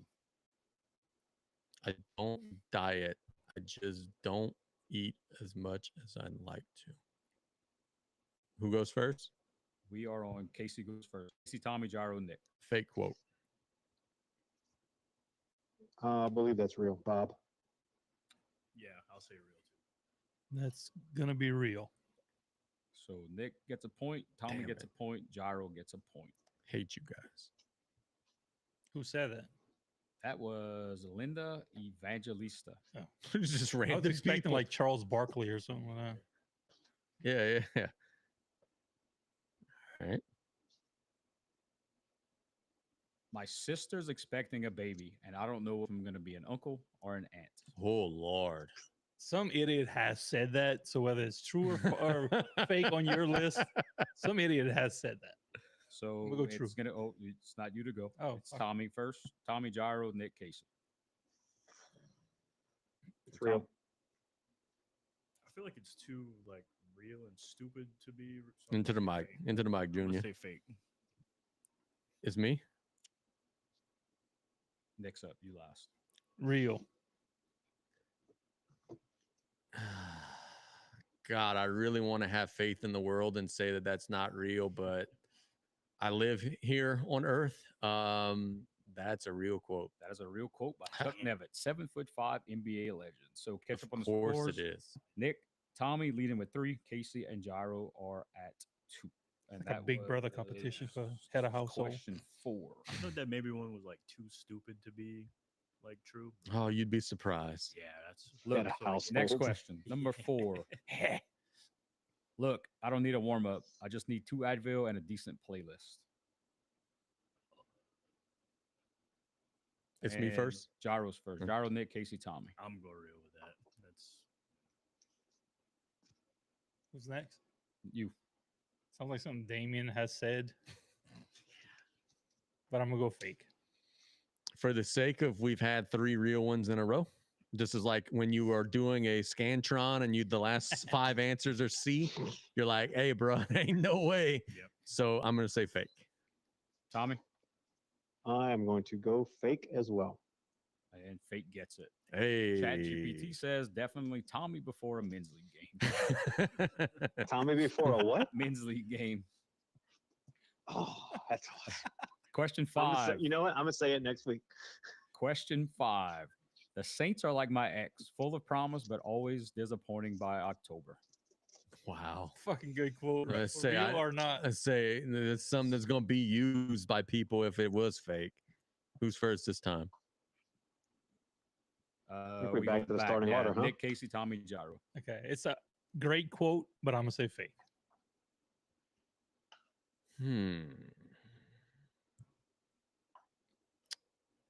Real. Fake. yeah, I'm going real too. Nick and Tommy get the point. Tommy's battling for that head of household. ChatGPT says could be anyone, but feels like a Damien rant. Yeah. Yeah. I mean, Yeah. Oh, I agree.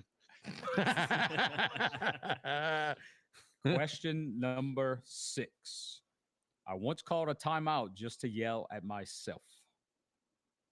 that's real. I'm sorry, I skipped the order. My bad. So we should be. No, it is you. Yeah, you No, good. oh well, then there Casey, you go. Tommy, Gyro, Nick. The universe was just telling me to blurt out that that's real. I think it's real too. Yeah, me too. I'll go real. I'm gonna say fake. And Nick gets the point. Nick takes Bruh. the lead. Damn. So this is like the Homa restaurant review game. Nick's just getting them all. Question number 7. We didn't lose the game. We just ran out of time. Real. And Oh, that's Tommy's first. Yeah, I've heard that before. Nick. That's got to be real. All right. Everybody gets the point on that one. That one was Vince Lombardi. So update on score. Nick has 7. Tommy with 5. Casey with 4. And Gyro with 3.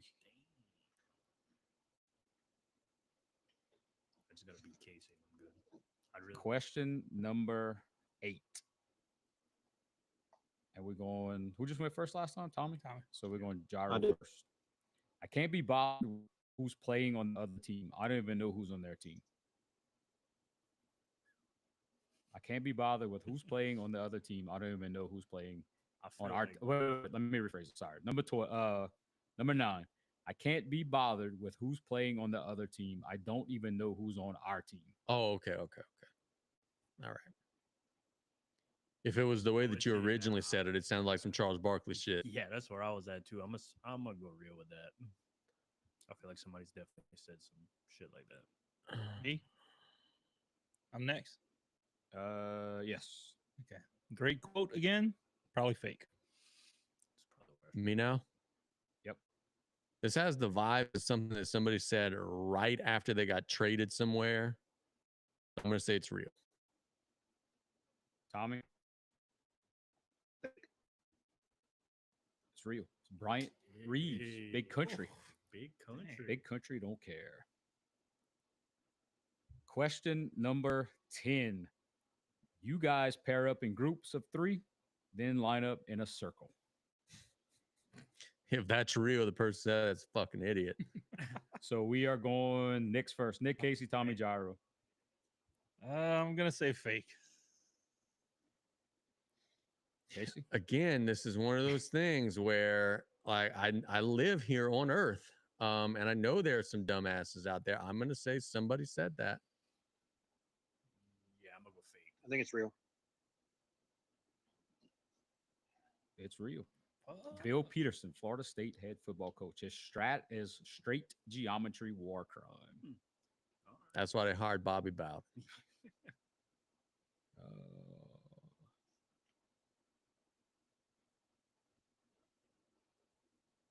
We didn't lose.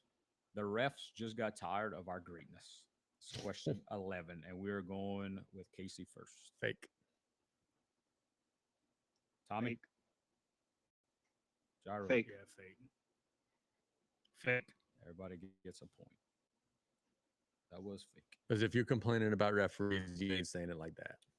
So You're gonna be mean. Nick with 8, Casey with 7, Tommy 7, Gyro 4. I don't believe in zone defenses. I believe in chaos and consequences. That was question 12. I think it's me, right? It is you, Tommy. Tommy, Gyro, Nick, Casey. I think that's real. I don't believe in zone defenses. I believe in chaos and consequences. Yeah, I'm saying real too. It's pretty legit. If it ain't real, I'm taking it and making it real. Can I'm I going guess real. who said it? I Is mean, it you Nolan can't- Richardson? I'm with everybody. I think it's 40 real. minutes of hell. You're all wrong. It says feels like Casey What? coaching basketball. It feels like a Casey basketball coaching philosophy. I feel like I said that before. Question 13. Travel ball taught me 2 things: pack snacks and heartbeat. That could be any parent on any given weekend. Who's first? Tommy. I didn't hear the question. I apologize. Travel ball taught me 2 things: pack snacks and expect heartbreak. Snack pack.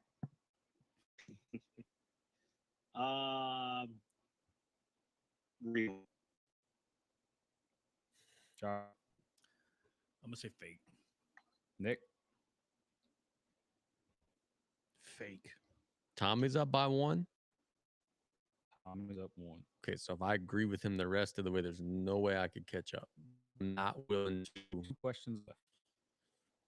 And he said real. Right, Tommy? Tommy said fake. Tommy said fake. Yeah, I think he's the only one who said real. Okay. The other 2 said fake. Let's risk it for the biscuit. Tommy, you might win it right here. I'm going against you. I'm saying fake. It is a fake quote. Yeah, let's go. Let's go, champ. I eat what you eat. Let's go, champ. So we had 9, 7, 6. That's a 5 and 5. You go to court, I go to court. Let's go, champ. 2 more. Wait, you can't keep adding. When I clinch, you can't just keep adding questions. Yeah. We had 15. Oh, Yeah, I he thought you said 15 last from the one. beginning. You can't teach hustle, but you could bench the hell out of a kid who won't. That's a good quote. That's a really good quote if it's fake. Who's up? Gyro, Nick, Casey, Tommy. I'll go true right there. That's pretty good. I'm gonna say fake. Casey. Now Tommy's going to have the advantage if he wants to risk it here. I'm saying that's a real quote. It's a really good quote. So I think it'll be real.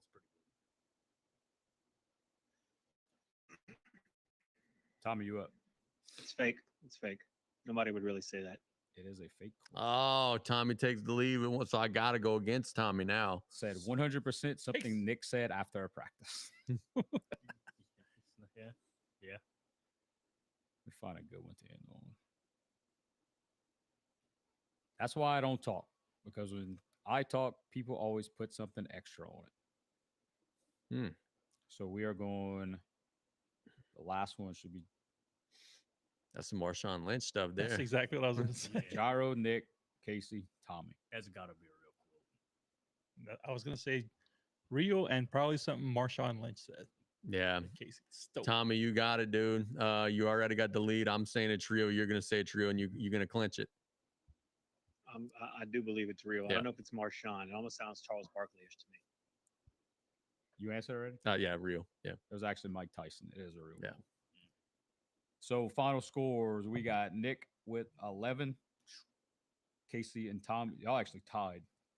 Oh, Nick won. I thought Tommy won. No. Nick was way up. Yeah, Nick was Nick, way with yeah. it. Oh, Tommy and Casey my both fault. tied with 8. I'm over here trying to beat Tommy, thinking he's in the lead. Yeah, that's why Casey Nick was and- pissed off. Oh, bro, I got to lead. Casey and Tommy with the sister kisser.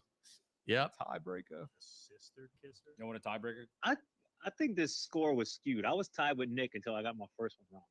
You got like 3 wrong in a row. I'm with you, Tommy. went I around. think that you were in the lead, and I'm Nick was cruising from the beginning. Nick had the first 8, I think, right. Damien Chin Moonves. I don't even know what that means. Julie Chin Moonves from No clue. Big Brother. No clue. Looks like Mina Kimes. I mean, I could go back and review. No. Don't you dare say that she looks like Mina Kimes. She was on the screen right here in front of us. And that was a quickly put together Nick Hebert little games for the nightcap, boys. And as they say in Fouchon, that's ass. but before before we hang up with Tommy, down goes Frazier. That was awesome. That's how we end in the freaking. I don't think it's gonna win any better than that. We're not done. Yeah, we still have. I got something that I want to give Check Tommy. out that floor. Oh, look, you can see the rigged wheel right there. Fell all the way. That's the Indian wheel. Yeah, so the camera is still very much so good because it ain't a cracked screen. I just don't know where the camera is. It's a $20 camera.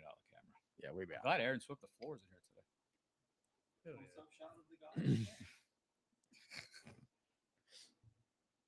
today. Bad day to be a beer, boys. Nick, you're getting accused of rigging low games too.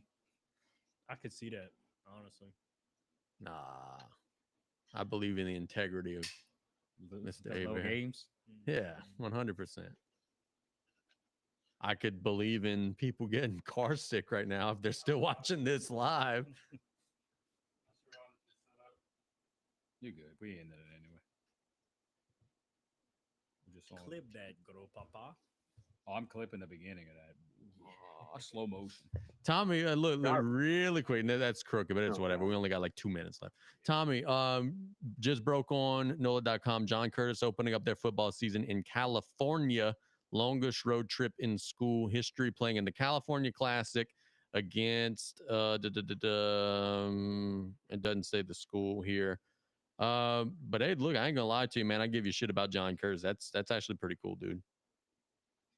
Yeah, I don't know who they're playing. Hopefully it's not like Matt or Die or whoever that team is over there. Or is it Don Bosco? That's pretty big. Cathedral of Los Angeles is the opponent. They were 10-1 last season.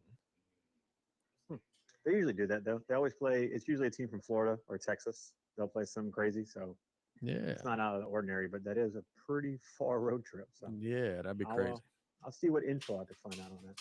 As Nick throws the camera on the ground for the few folks that are still with us. Oh, we got another caller. We want to put him on? Can we? I can hang up. Y'all take them. Yeah. we Hey, just Mike, switch give me 1 second. Hey, Tommy. Good night, Bren.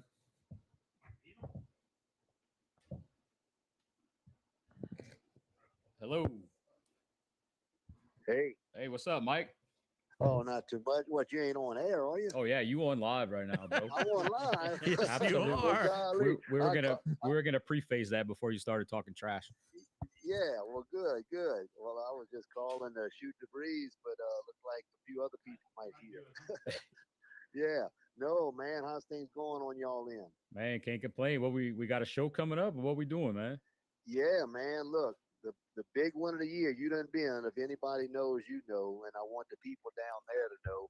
July 12th is Cajun Heat 9, and that's where, you know, GSW really. I mean, we've been doing this a long time, all the way back when it was GCW, when y'all were doing y'all thing with us, and we in 2019 we rebranded to GSW, and but we started in 18 doing Cajun Heat.